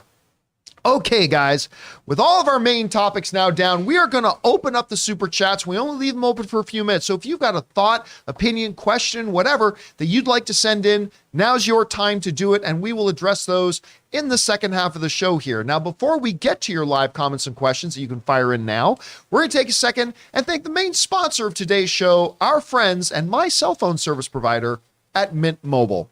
Hey guys, we want to thank the sponsor of today's episode, Mint Mobile. Mint Mobile offers premium wireless starting at just $15 a month. And now for the plot twist. I'm just kidding, there isn't one. Seriously, Mint Mobile just has premium wireless service from $15 a month. There's no trapping you into a 2-year contract or opening the bill to find these crazy fees. There's no luring you in with free subscriptions to streaming services that you'll forget to cancel and be charged full price for. I used to dread opening my phone bill every month because every time I was opening it, it was like playing roulette roulette. I never knew what the actual price was going to be, and it always seemed to get higher. But not with Mint Mobile. Mint Mobile gives you the best rate whether you're buying for one or a family, and at Mint, families start at 2 lines. All plans come with unlimited talk and text, plus high-speed data delivered on the nation's largest 5G network. And if you're worried about the complication of switching things over, don't. Use your own phone with any Mint Mobile plan and keep your phone number along with all your existing contacts. So guys, get premium wireless from just $15 a month and no unexpected plot twists at mintmobile.com/Campea. That's mintmobile.com/Campea. Seriously, you'll make your wallet very happy at mintmobile.com/Campea.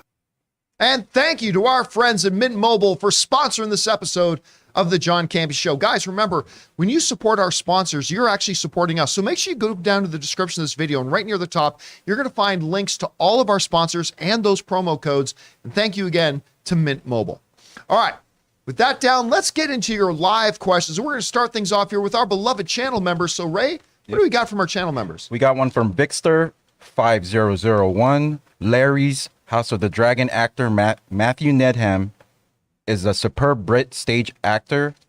Fab to see him getting seen by a bigger audience. Yeah, I'll tell you what, I think we've met our villain of the series. I think we've met certainly a fabulously intriguing character. Of course, we met him the previous week. He's going to be great in this, and the performance so far has been fantastic. All right, what's next? Trash.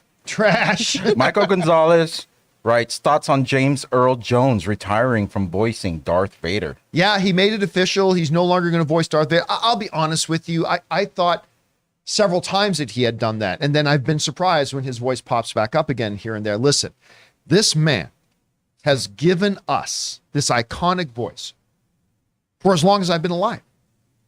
And so all there is to say is, James Earl Jones, you masterful son of a bitch, God bless you and the service you've given the fan community for so many decades. And you relax, my friend. You let somebody else pick that up from now. And so thank you so much for giving us one of the most iconic voices in the history of cinema. So thank you to you, sir, and job well done, my friend. All right, what's next? All right. We got one from a Haunted Autumn. Just a friendly reminder to eat your greens. Hashtag green bean. Bring on the filth. Hashtag what? Oh, no. Is this something? Is this a reference to Friday's show? He had to be there, I guess. Let's not get into it. Okay. Ariel Kalb writes, what is Jodie Comer's wasn't Sue Storm, but Dr. Doom instead? I would love to see Marion Cotillard take up Dr. Doom personally. I don't see that happening. I don't see that happening. I mean, listen, Victor Von Doom is a character that, I mean, quite frankly, him being a man is not actually a core essential element to who and what the character is. So if they ever wanted a gender swap on that, I'm okay with that, but I don't see him doing it. So no, and I don't think Marion Cotillard makes a good Doom either. So I don't know. Could you see her? I mean, she's one of the world's best actresses, but I don't see that as a fit. Yeah, no, I love her, but as Dr. Doom, I don't see it. I feel there's better options for her. Yeah, I completely agree. Many others. All right, what's next? All right, Fredo Valcoz writes, hey, cool people. I saw Don't Worry, Darling, and I liked it. The ending was trippy. Have any of you seen it? I've heard a bunch of people writing in, and it's been very mixed. Some people, half the people writing into me saying, hey, you know what? I watched it and I actually quite liked it. A lot of people writing in saying they didn't, and they often point to the ending and the twist of the movie as being pretty dissatisfying. Rob, I know you saw it and you kind of felt that way too, didn't you? The ending was interesting, but not unexpected, and it didn't go far enough. I thought that the ending was a little simplistic in my mind, in terms of everything that had come before it. I would like to have seen something that was a little bit more challenging. All right, what's next? Got one that just came in from Movie Fan 109. Hi, John and crew. What do you guys think about the new Dahmer series on Netflix? I personally have to watch an episode or two every couple days. It creeps me out so much. Thanks, and bring on the filthy. I haven't heard great things about it. I haven't started watching myself, but listen, it's true crime. Apparently the Google search of Dahmer has like tripled that of Andor. And look, and people, listen, our society are suckers for true crime stuff. Like that's why the true crime podcasts and all that kind of stuff have exploded, the documentaries on Netflix and whatever. So yeah, but I haven't started watching it yet myself. I haven't had a chance, although I'm pretty much dying to, but I've heard mixed things. Have you started watching it, Rob? What are you thinking of it so far? It's really difficult. It's a difficult watch. Yep. It's really well done. And my God, the central performance. Who would have ever thought that our Ralph Boner, Evan Peters. I mean, Evan Peters is crushing it. The story's really disturbing. And what's even worse is I've gone back and there's a lot of interviews with Jeff Dahmer, including the one with Stone Phillips and Jeff Dahmer and his father. I mean, it's so chilling considering what he actually did to his victims and what he ended up. It's so disturbing. And just all I can say is episode 6, bro. All right. Wow. All right, is that it for the No, I got just a couple more. Let's go quickly then. SRU Shrewdren writes, the drama behind this film is wild. Oh, get it? Wild. Yeah. WILDE. Ah, The get it? E, Little play on baby. words there.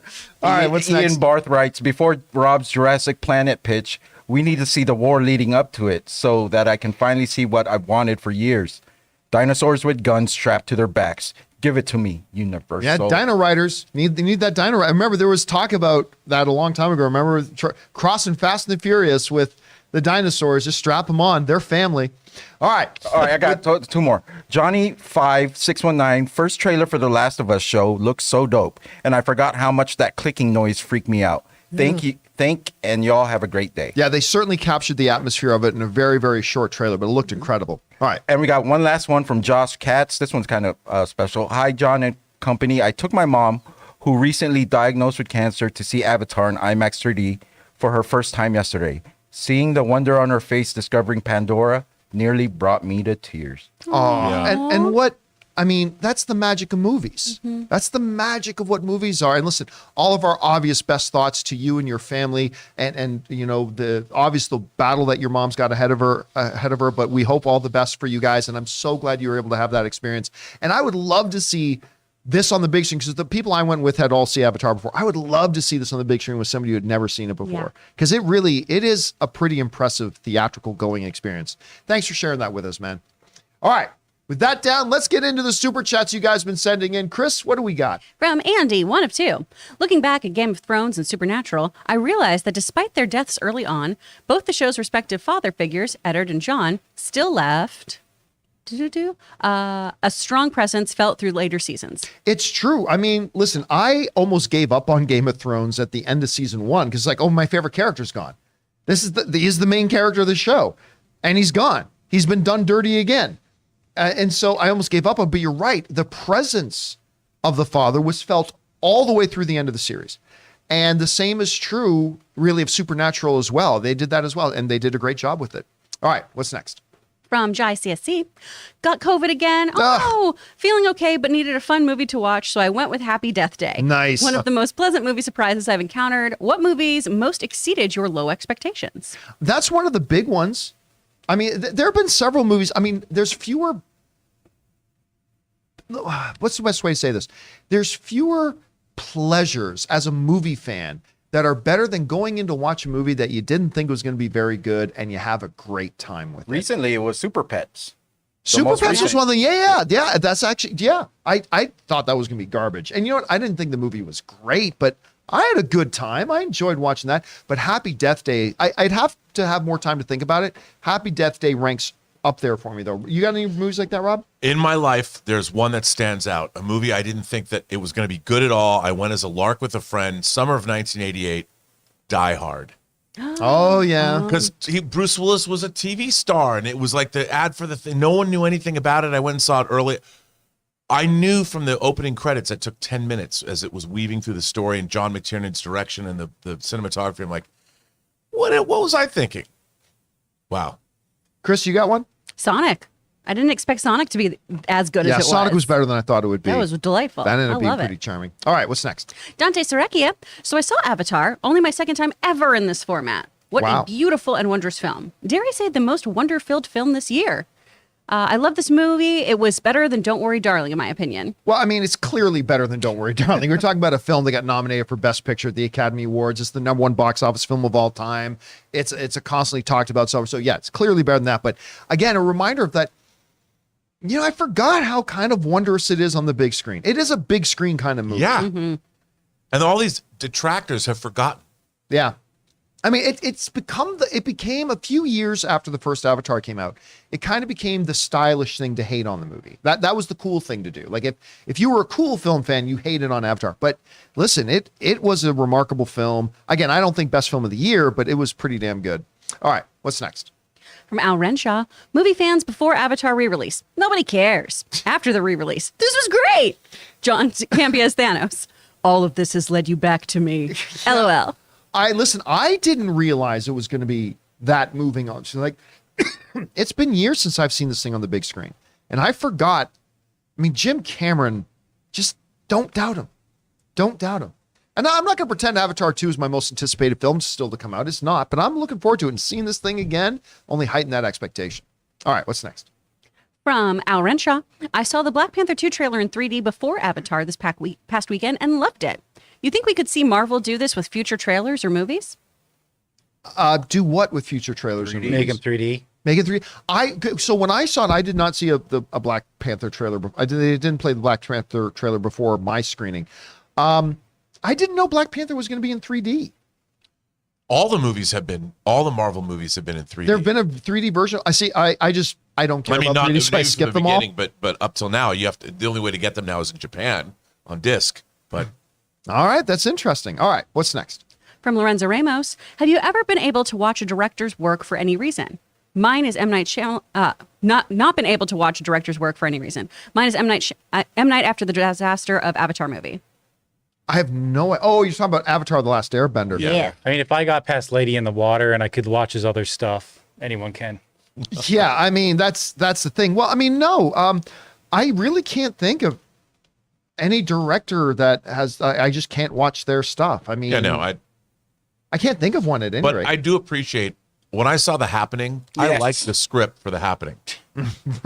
That's one of the most underrated film of all time. I was watching The Happening and I'm like, what is this? How did this happen? Exactly. Exactly. But he means for a bad reason. You mean for a good reason. Dude, I hated The Happening. What? I wanted to put a bullet in my brain. I was so Well, that would have excited made to you see do it if you breathed the right air. I know. Yeah, if you just breathe the trees wanted you to kill yourself, you would have done it. The trees. I just love watching Mark Wahlberg on screen trying to rationalize with trees. Okay, listen, like it's just, oh my God. And you know, one of our buddies, Soul, he actually loves that movie.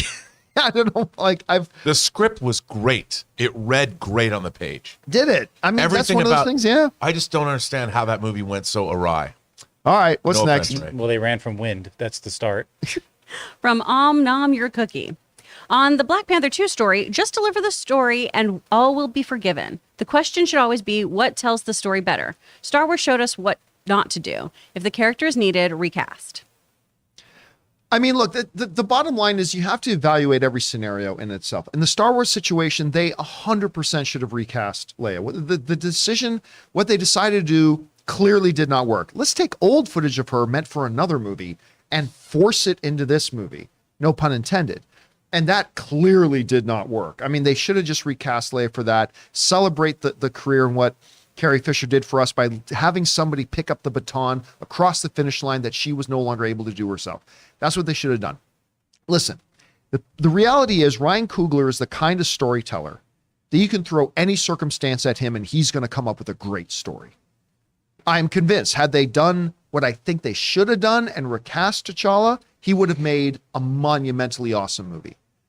They don't. I'm still convinced he's going to make a monumentally awesome movie. And so it also depends on the individual situation and who the storytellers are. All right, what's next? From Elizabeth Hirado. While this whole Don't Worry Darling drama, my mind kept going to where is Kiki Lane during the press tour since she's a focal point in the film. Well, she posted saying that most of her scenes got cut. Any She did. thoughts?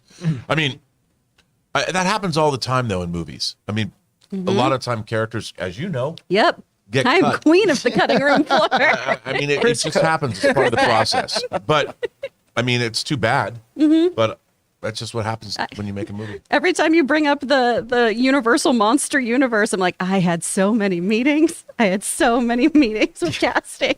It happens. That's just what happens. It is what, yep. All right, what's next? From Tell 'em You're My Cousin. Nervously excited for Regal's mystery movie tonight. My guesses are Terrifier 2, Amsterdam, or She Said. Can report tomorrow as to what the movie is. Yeah, I'm off to see a surprise mystery movie tonight at Regal. I've never done one of these things before, where we bought tickets for a movie. They're just saying it's a surprise screening. You don't know what it is. So Ann and I are going to go see it tonight. I believe it's going to be one of two movies.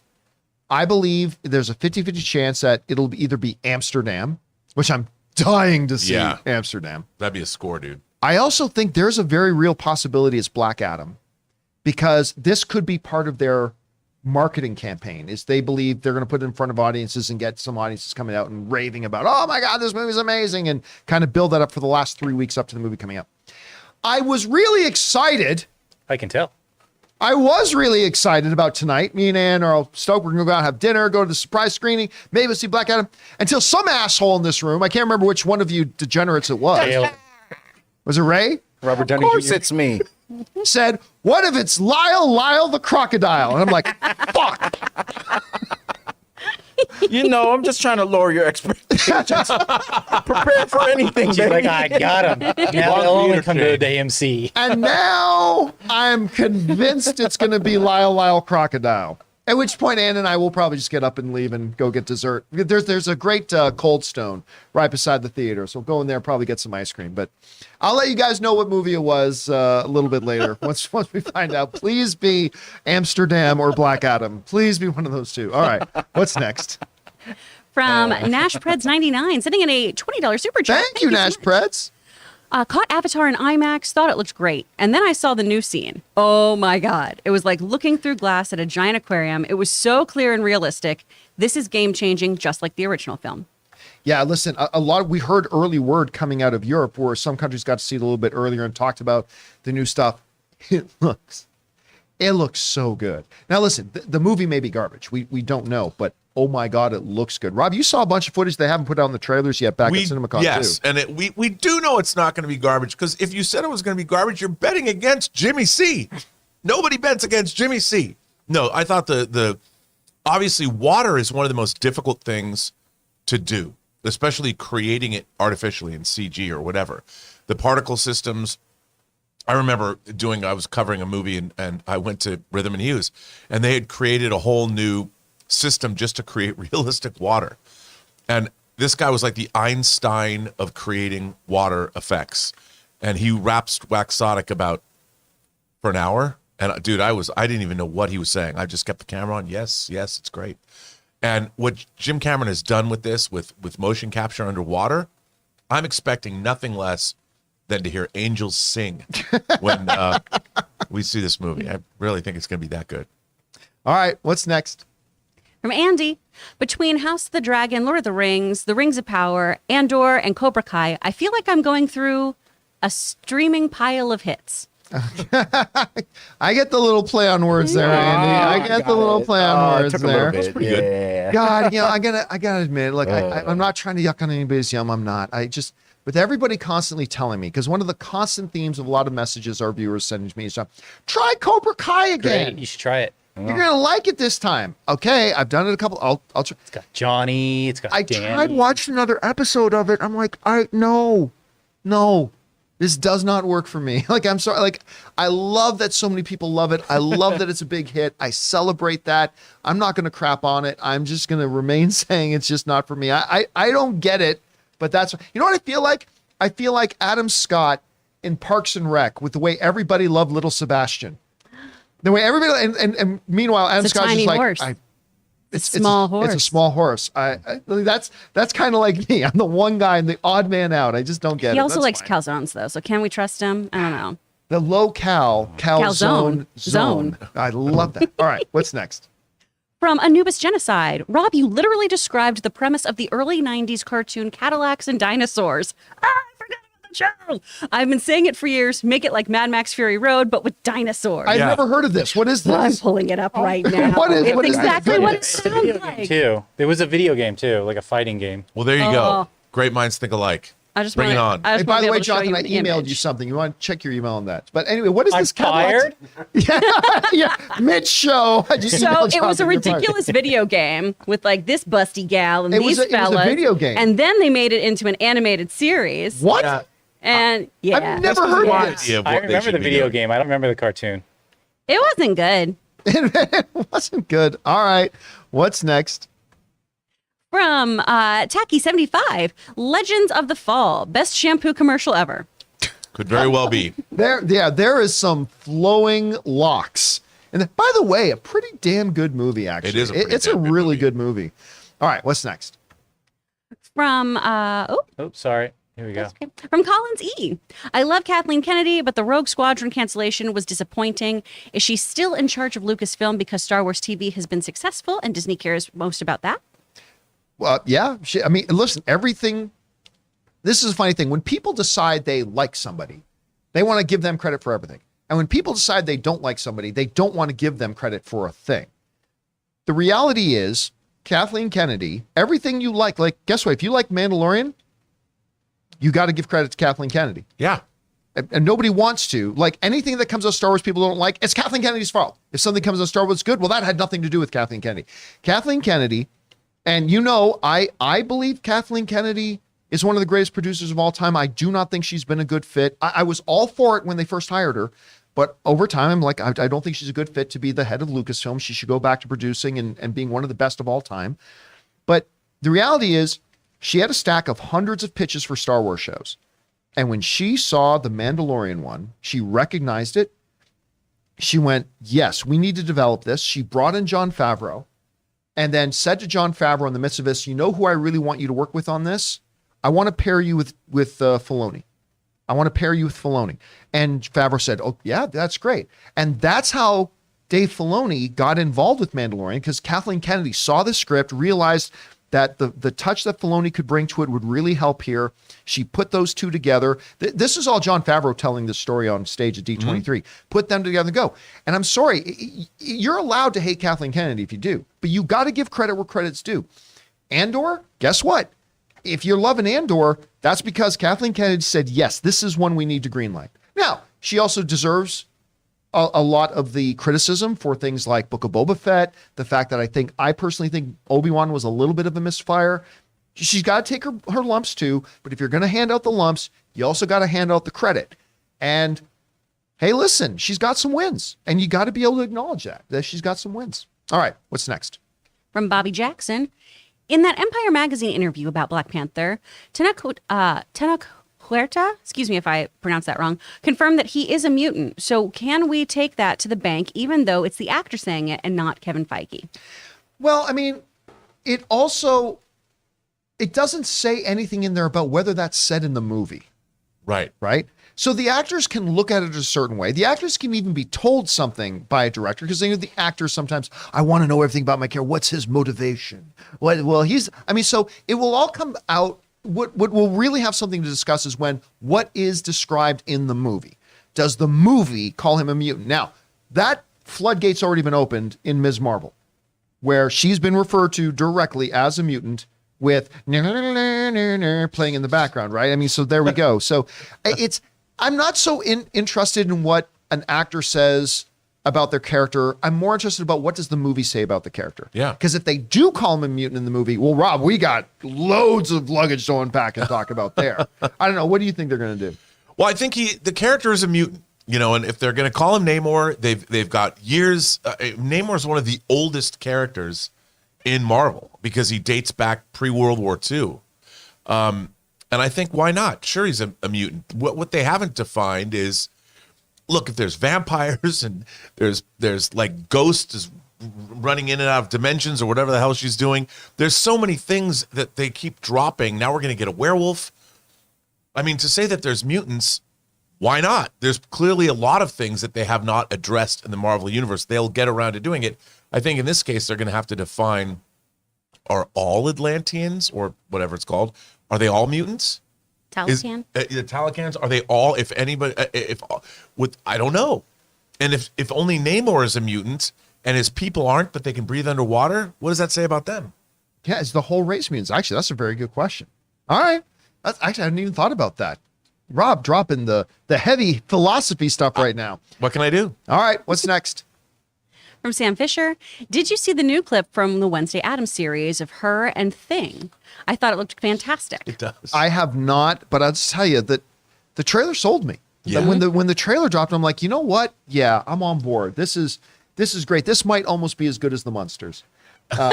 Which, God, I cannot. Is it weird that I cannot wait to watch that train wreck? No, that makes sense to me. But what if this comes out and we watch it and we go, you know what? This worked. I don't know. It could be magical. But Wednesday looks fantastic. Oh, yeah. I'm very, very, and I'm not even a huge Tim Burton guy, but this looks really good to really me. does look good. Yeah. All right, what's next? And that clip's good. From Bond Presents, who's a fictional character you each personally identify with most? For Ray, someone other than Newt Gunray, please. Oh, jeez. I honestly don't. That's something I'd have to think about. I really don't know off the top of my head. James Teaker. James T. Kirk. Well, if you don't say so yourself. Pippin from The Lord of the Rings. Pip. Yeah. I love that. I love him. I love that for him. you. Yeah, I like snacks. I like snacks. You know. 11sies. Yeah. Second Ooh, breakfast. Yeah. All right, what's next? From, if we could scroll down. There you go. Soothius. Yes. God damn it, yes. Onimusha was the bee's knees. I still have all four for the PS2 and love all four. Third one was the best with Gene freaking Reno. I have no idea what we're talking about. I think I brought that up Friday.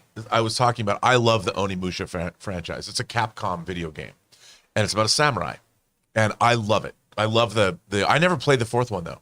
I stopped with the Jean Reno one where they went through time. Look, it was cool that he was in it, but I prefer the first. There's a purity there, and it's a great game, and I love it. I signed up for the big highfalutin PS5 membership thing where you can go back and download any of the old games, but I haven't done a single one yet, and I signed up for it like over a month ago. So maybe that's one I should try. It's fun. You know what? It's just an action fantasy game where you're going through basically a dungeon fighting these crazy monsters that look like something from Big Trouble in Little China. It's awesome. Oh, by the way, speaking of that, it wasn't on the PS5, it was on the Nintendo Switch. So Anne got the new Monkey Island. Finished it in 2 days. Oh, hell yeah. Yeah, she finished it in Oh, 2 dang. days. Wow. She went hardcore on that game, finished it in like 2 days. By the way, Anne just Did she texted like me it? something. Oh, she loved it. She had a great time with it. Anne just actually texted me something. Jonathan, I sent it over to you. Apparently, so we were at the Rams game last week. Apparently we got we were on camera. Aw. So there's me, Yay. Anne, asking Anne to explain football to me. Both of us in our Rams gear. Yeah, we had a marvelous time. So I didn't realize that we were on camera for it. So yay. Thank you, Anne, for sending that over to me. All right, what's next? From Mr. Graham 91. Well, John, now you've seen 6 episodes from both Andor and House of the Dragon. Which is the better TV show on today, in your opinion? Ooh. I'm still going to say House of the Dragon. I mean, I am loving Andor. I am loving Andor. But House of the Dragon has just, I can't really put my finger on what it is about this show that has literally got my eyes glued to the TV every single frame. Like, Rob, we were talking about how like so much happens this episode. Like they have found a way, the pacing of all the Game of Thrones stuff, the pacing in their show is incredible because even if there's no action and no fights, whatever, the pace of this show is so great because significant things are constantly happening. And then they move on to the next significant thing to happen. And the next, even something as simple as, and we'll go into this in the spoiler discussion, as somebody walking up some stairs and just overhearing a conversation is an incredibly drama-filled scene that it's just great. So I love Andor, but I'm going to give the crown right now to House of the Dragon. It's almost like whenever you watch the show, there's a sense of dread. There's a sense of dread, unlike any horror show. The dread is that every one of these characters at any one moment is going to be subject to a horribly violent death. Yep. No matter who they are. Yep. At any moment. All right. What's next? From John Lee. Has anyone watched Industry on HBO Max? It's like Succession and Euphoria in one show. The acting and writing is top notch. I've never even heard of it. I keep hearing about this. And Is this a new one or an old one or? So, hey, man, you just put it on our radar. Thanks for that. But I've never even heard of this show yet. love it. All right. I'll keep my eye open for it. All right. What's next? From Southius. The new Dahmer series is very good, but it will be hard to watch for some. Story is not linear, but easy to follow. Great performances all around, especially Peter's. Jesus Christ, this guy is good. So good. I just can't. I've always liked him, but it wasn't until Mayor of Easttown that I was like, He's wow, incredible in that show. because he's like acting a long time. A what, 6-time Oscar nominee, and it's like so, and like he is like totally carrying his stuff. I just love him. So I am curious to see it. I just haven't had a chance to start watching it, but I'm going to watch it soon. All right, what's next? Wrong shot. There we go. From Andy, I've joked before that Olivia Wilde chose styles over substance. But if these reports are real, then it's completely wild how very real that joke was. Yeah, again, listen, I have been a huge Olivia Wilde fanboy for a long time. So I hope Rob is right. I don't think you are, but I hope you are. Because I've been such a huge fan of hers, and I want to see her career really go. Booksmart is such a flipping, awesomely done movie. But, you know, we'll see. I'm dying to hear Florence Pugh say something about it. But you know what? If she's the classy professional I think she is, Florence Pugh will never say a word. That's right. That's exactly why she's not saying anything. But I think, again, if she had something to say that was supportive and puts the conversation back right, like Chris Pine's people come out saying Harry Styles did not spit on me, I think as a classy professional, she would have come out and said that. And she should do it on this show. And she should do it on this show. Florence Pugh. Come on, we're calling Florence. you out. Come on into the John got Campea you show. on the wall Set back the there. record straight. I got you on the wall back there. That's right. If you bring up Rachel, do You're we see welcome her? here anytime. We can't. Move your head, Ray. Can't really see it.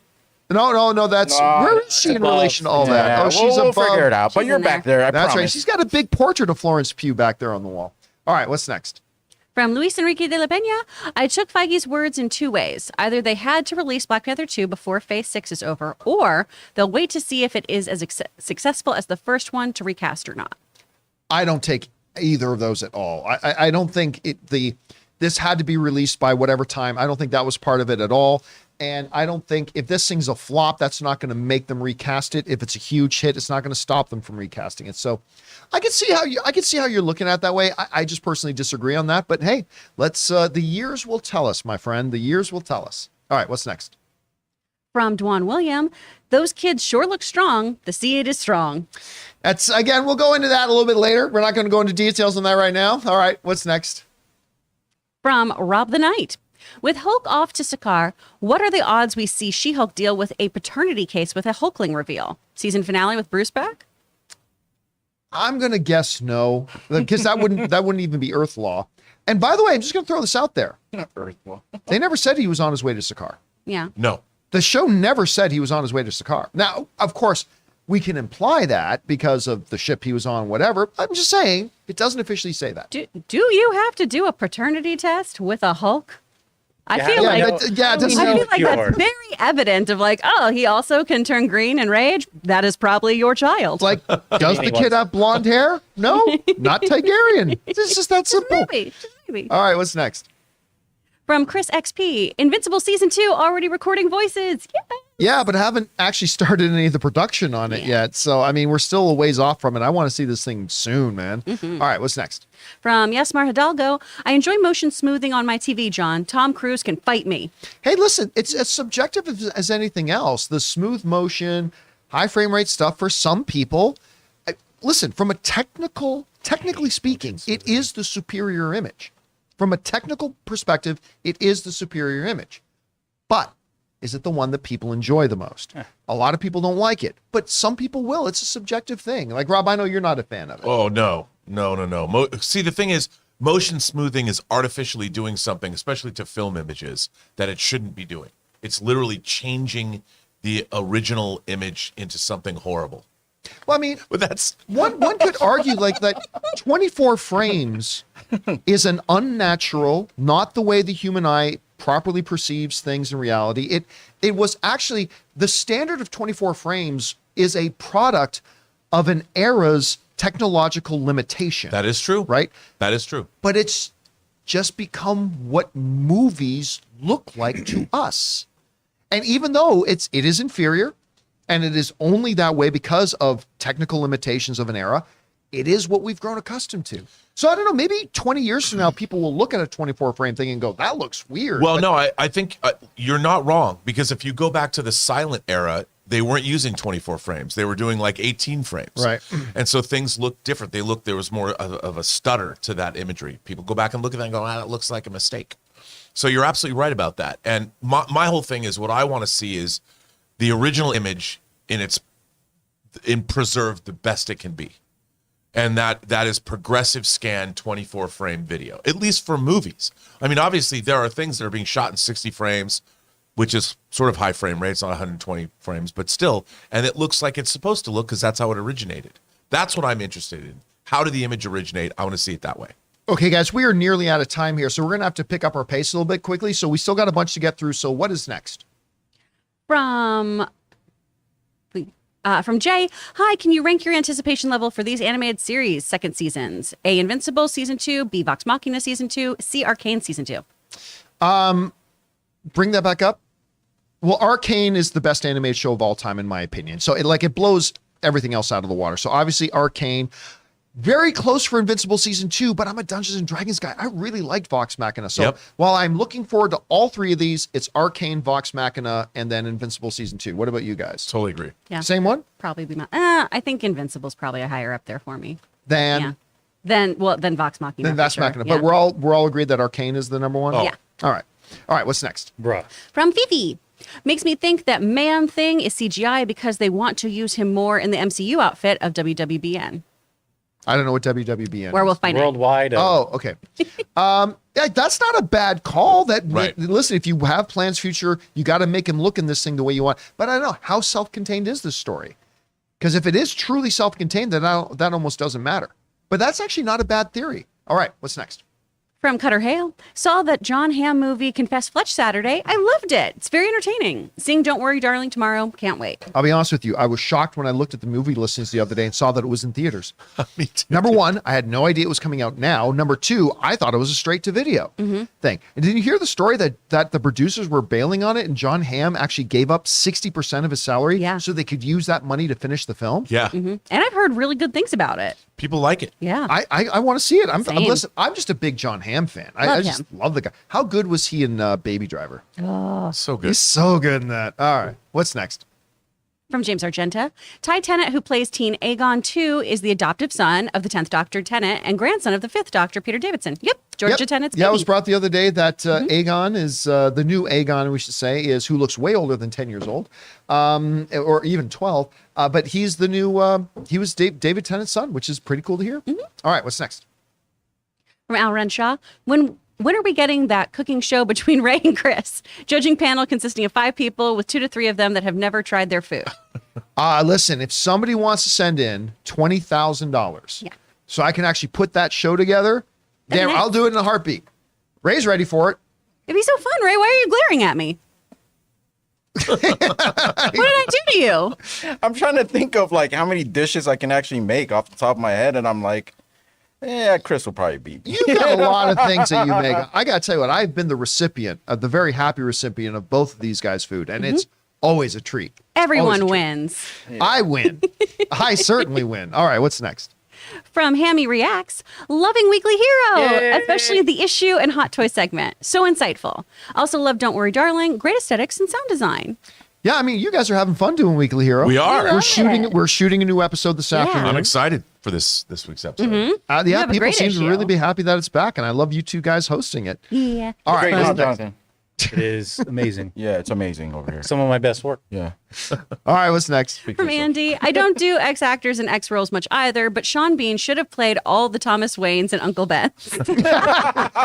First of all, he is one of my favorite actors. Oh, he's the best. He is, like, whenever he pops up in something, he's absolutely wonderful. Like, even when you watch him in a role that you wouldn't think of him in, like in The Martian, like as the mission control guy, like he's just always kills it. I absolutely love this guy. I don't So know why good. he's not even bigger than he is. He survived. Yeah, he's The Martian, survived that one. yay. Doesn't He wound happen up often. golfing. That's great. All right, what's next? From Matthew Grant, can appreciate Fiona Shaw. I'm used to seeing her as a villain, but she has quite a lot of heart in Andor. P.S. She was awesome in Super Mario Bros. She was in Super Mario Was Brothers? that Andor's Cassian's mom? Yes. She was in Super Mario Brothers? Yep. That's what I'm trying to figure out right now, because I know she's Aunt Petunia. I mean, she's got an incredible resume. stuff she's been in. Who was she in Super Mario Brothers? I don't remember. Okay. Yeah, apparently in the resume they include Super Mario Brothers. Wow. I got to look that up. Thanks for the little info there, man. I appreciate that a lot. All right, what's next? From In My Humble Opinion Reviews, after seeing Don't Worry Darling, some reactions to it have been over dramatized. Not the best film by far, but not the best film, but far from the train wreck it's being described as. I mean, listen, but they're not being over dramatized if that's how they really felt about it. Like it's weird to say something like other people's opinions are wrong because they're not the same opinion that I had. So it's like, I mean, but listen, I've often said, you know what? I saw that movie and I didn't find it to be as bad as other people saying, but they're not necessarily being over dramatic. It's like if they watched it and then their subjective opinion they watched and they thought it was terrible, great. If somebody watched it and thought it was the best movie of the year, they're not overhyping it. They're just giving you what their opinion is. So You know what? It's a beautifully made film. And I think that it really shows her ability as a director is growing because she really does create a great milieu. The problem is with the movie is it poses these questions throughout the whole film that just has an unsatisfying payoff. So I think that people are judging what is actually a very beautifully done film that just doesn't end well. And it doesn't leave you walking out of the theater satisfied. that's too bad. But All right. it's really well made. But listen, it needs to be noted that I've heard from a number of people that actually quite enjoyed the film, and that's important to say. All right, what's next? From Jeremy Seitz, I didn't like the time jump in House of the Dragon. It felt like skipping from season 1, episode 5 to season 3, episode 1. I was left saying, huh? More than any other episode.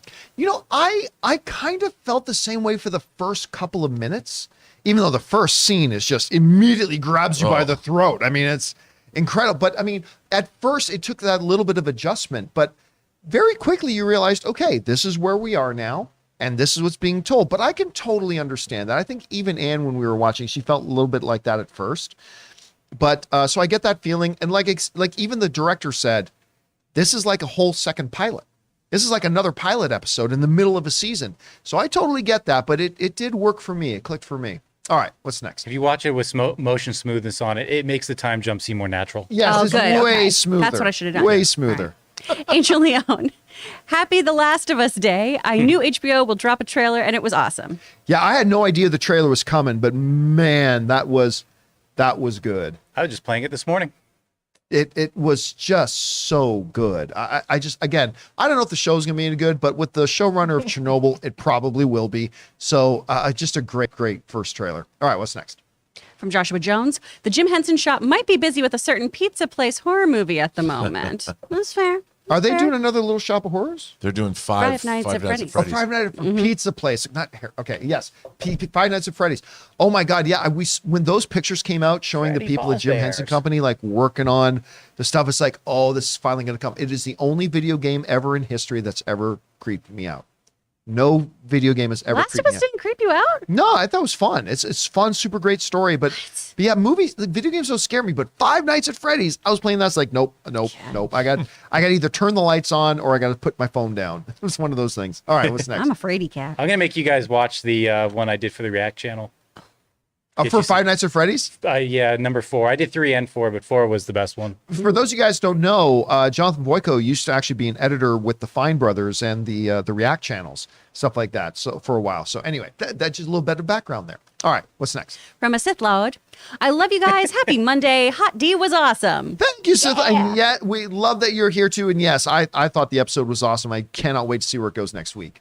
All right, what's next? From Kenzie Brumley, hi guys. I was curious when actors are working on other projects, how do studios and actors work out time to promote their movies? Yeah, this is all stuff that has to be. This is why the logistics of filmmaking is a big deal. Yeah. It is a huge deal because you got all these complicated things. And when actors are putting into their contracts, a lot of the times they will have to put in contracts that subject to future, whatever, this, and this, that said actor will make available X amount of time, given this amount of whatever. And then when they start negotiating with the next movie they're doing, they have to bring those clauses, that contract to that studio, says, okay, I'd love to do this movie, but my X date, and X date are going to have to be made available to these people for promotion or premieres or whatever. So it is a huge, complicated ball of wax scheduling wise, but that's what the agents are for, and they work that out. All right, what's next? From Benjamin Tam, just recently watched Confess Fletch and Watch Them Run, both very good murder mysteries. With Glass Onion coming out soon, do you think there's a return to the murder mystery genre? I certainly hope so. I love murder mysteries, Same. and I am dying to see how they run. Like I still was shocked that I didn't even know that movie was coming out yet, and I want to see it badly. Did you watch the clip online of everybody receiving their invitations from the Glass Onion? All the No, all no, the I did characters, not. like it's a big puzzle box that everybody. That sold me. I'm like, I watched that scene. I'm like, oh. It was like I'm- the second runner-up for the top prize at the Toronto Film Festival this year. Yeah, So- I'm like totally in it. That scene. It's only like 2.5 minutes long. You watch it. You already love all these characters. You're like, I'm so in. I cannot wait. All right, what's next? From Jonathan Vagoa. Have y'all seen Crazy Ex-Girlfriend? I'm watching it right now on Netflix, and I'm absolutely loving it. It's a musical comedy, and I'm dying laughing. I love Never that show. saw a single episode, but I only know a couple of people who did watch it. They seem to like it, but I don't know many people who saw it. Did you watch it? It was great. The later seasons weren't as awesome, but season 1 was fabulous. It was so wonderful. How many seasons did it go? I believe 3 or 4. Okay. Wow. Yeah. Yeah, I never saw it. She's got like. Does she have like an Asian boyfriend in it or something like? Josh Chan. Okay, yeah. Yeah. So I'm thinking of the right show. Yes. Yeah, but I never did she's see in it love with Josh Chan. All right, what's next? Tell him you're my cousin says, why do werewolves howl at the moon? Because no one else will do it for them. Silly. That's actually not bad. That's not bad. We've heard Is worse. it not bad? We've heard worse. All right, what's next? From Tom, Weinberg, watched 14 Marilyn Monroe films in a week, Wow. having never seen one before. Faves include Misfits, Don't Bother to Knock, Prince, and The Showgirl. Do you have a fave? You know, it's funny that got brought up because, you know, there's been a lot of talk about Blonde that's out right now and stuff. And there was somebody, did you see the story? Like somebody who had known her or worked with her before said something about that her real life was far worse than what they even showed in Blonde. I don't know if you saw that thing. I still haven't been able to bring heartbreaking. myself to watch it. Same. To be honest with you, Yeah, I I am intrigued to see it, but I haven't been able to bring myself to watch. Hey, Rod, do you have a favorite? Well, look. It's one of my favorite movies of all time, and she only has a bit part, and that's All About Eve, which was Best Picture of Right. 1950. But I mean, I love, Gentlemen Prefer Blondes. I love her. All right, what's next? From Cody Mick. Saw RZ's Rob Zombie's Monsters this weekend. Watched it twice. Loved it. Spooky good fun. Hope y'all can look past the bad trailer and enjoy it for the fun family flick that it is. Zombie for the win. Love you guys. I think somebody's trolling us, to be honest with you. But hey, listen, how I thought the trailers for Harley Quinn looked like bullshit. And it's now one of my favorite shows on TV. How are people seeing the monsters? Maybe a They surprise. they sent out they had sent out a bunch of people. They sent us some DVDs. Oh, they did. Okay. Yeah. Because I'm dying to see this. I talked to somebody else who saw it and they didn't like it at all. But I mean, but that was only one. That was only one person I talked to, just one. So I mean, I don't know. Like, here's hoping. I mean, they made it. Cody's saying they got the Blu-ray early. They are a Rob Zombie fanboy though, but not trolling. Really liked it. All right. Well, Okay. that's So- great. All right. Awesome, Who knows? Cody. Like I said, who knows? We've all seen trailers that we all thought looked like they were garbage and then watched the movie and really liked it. I mean, this happened to all of us numbers of times. So maybe this could be the next one for that. You never know. I doubt it, but you never know. All right. What's next? Well, that's it. That's it? We're all done. All right, guys, and that'll do it for today's installment of the John Campea Show. Thank you so much for being here and making this show a part of your day. Big special thank you to all you guys who sent in those super chats. Number one, because you gave us great fun things to talk about, but number two, you supported this channel as you did it, and all of us involved with the show. Thank you guys so much for your support. Don't forget to come back later today at 3 p.m. Los Angeles time. That's 6 p.m. New York time for our Game of Thrones, House of the Dragon, open spoiler after show. We hope you guys will come back and talk about the new episode with us then as well. And of course, don't forget to come back and join us for the John Campea Show again tomorrow. While you're here, take a second, click that subscribe button, hit the thumbs up button, leave some comments below. It all helps the channel out. So, for everybody in the room, Mr. Robert Meyer Burnett, Chris Carr, the one and the only Ray Ora, and of course, producer Jonathan Voico, and myself. My name's John Campea. Thanks a lot for being here, guys. And until next time, my friends, bye-bye.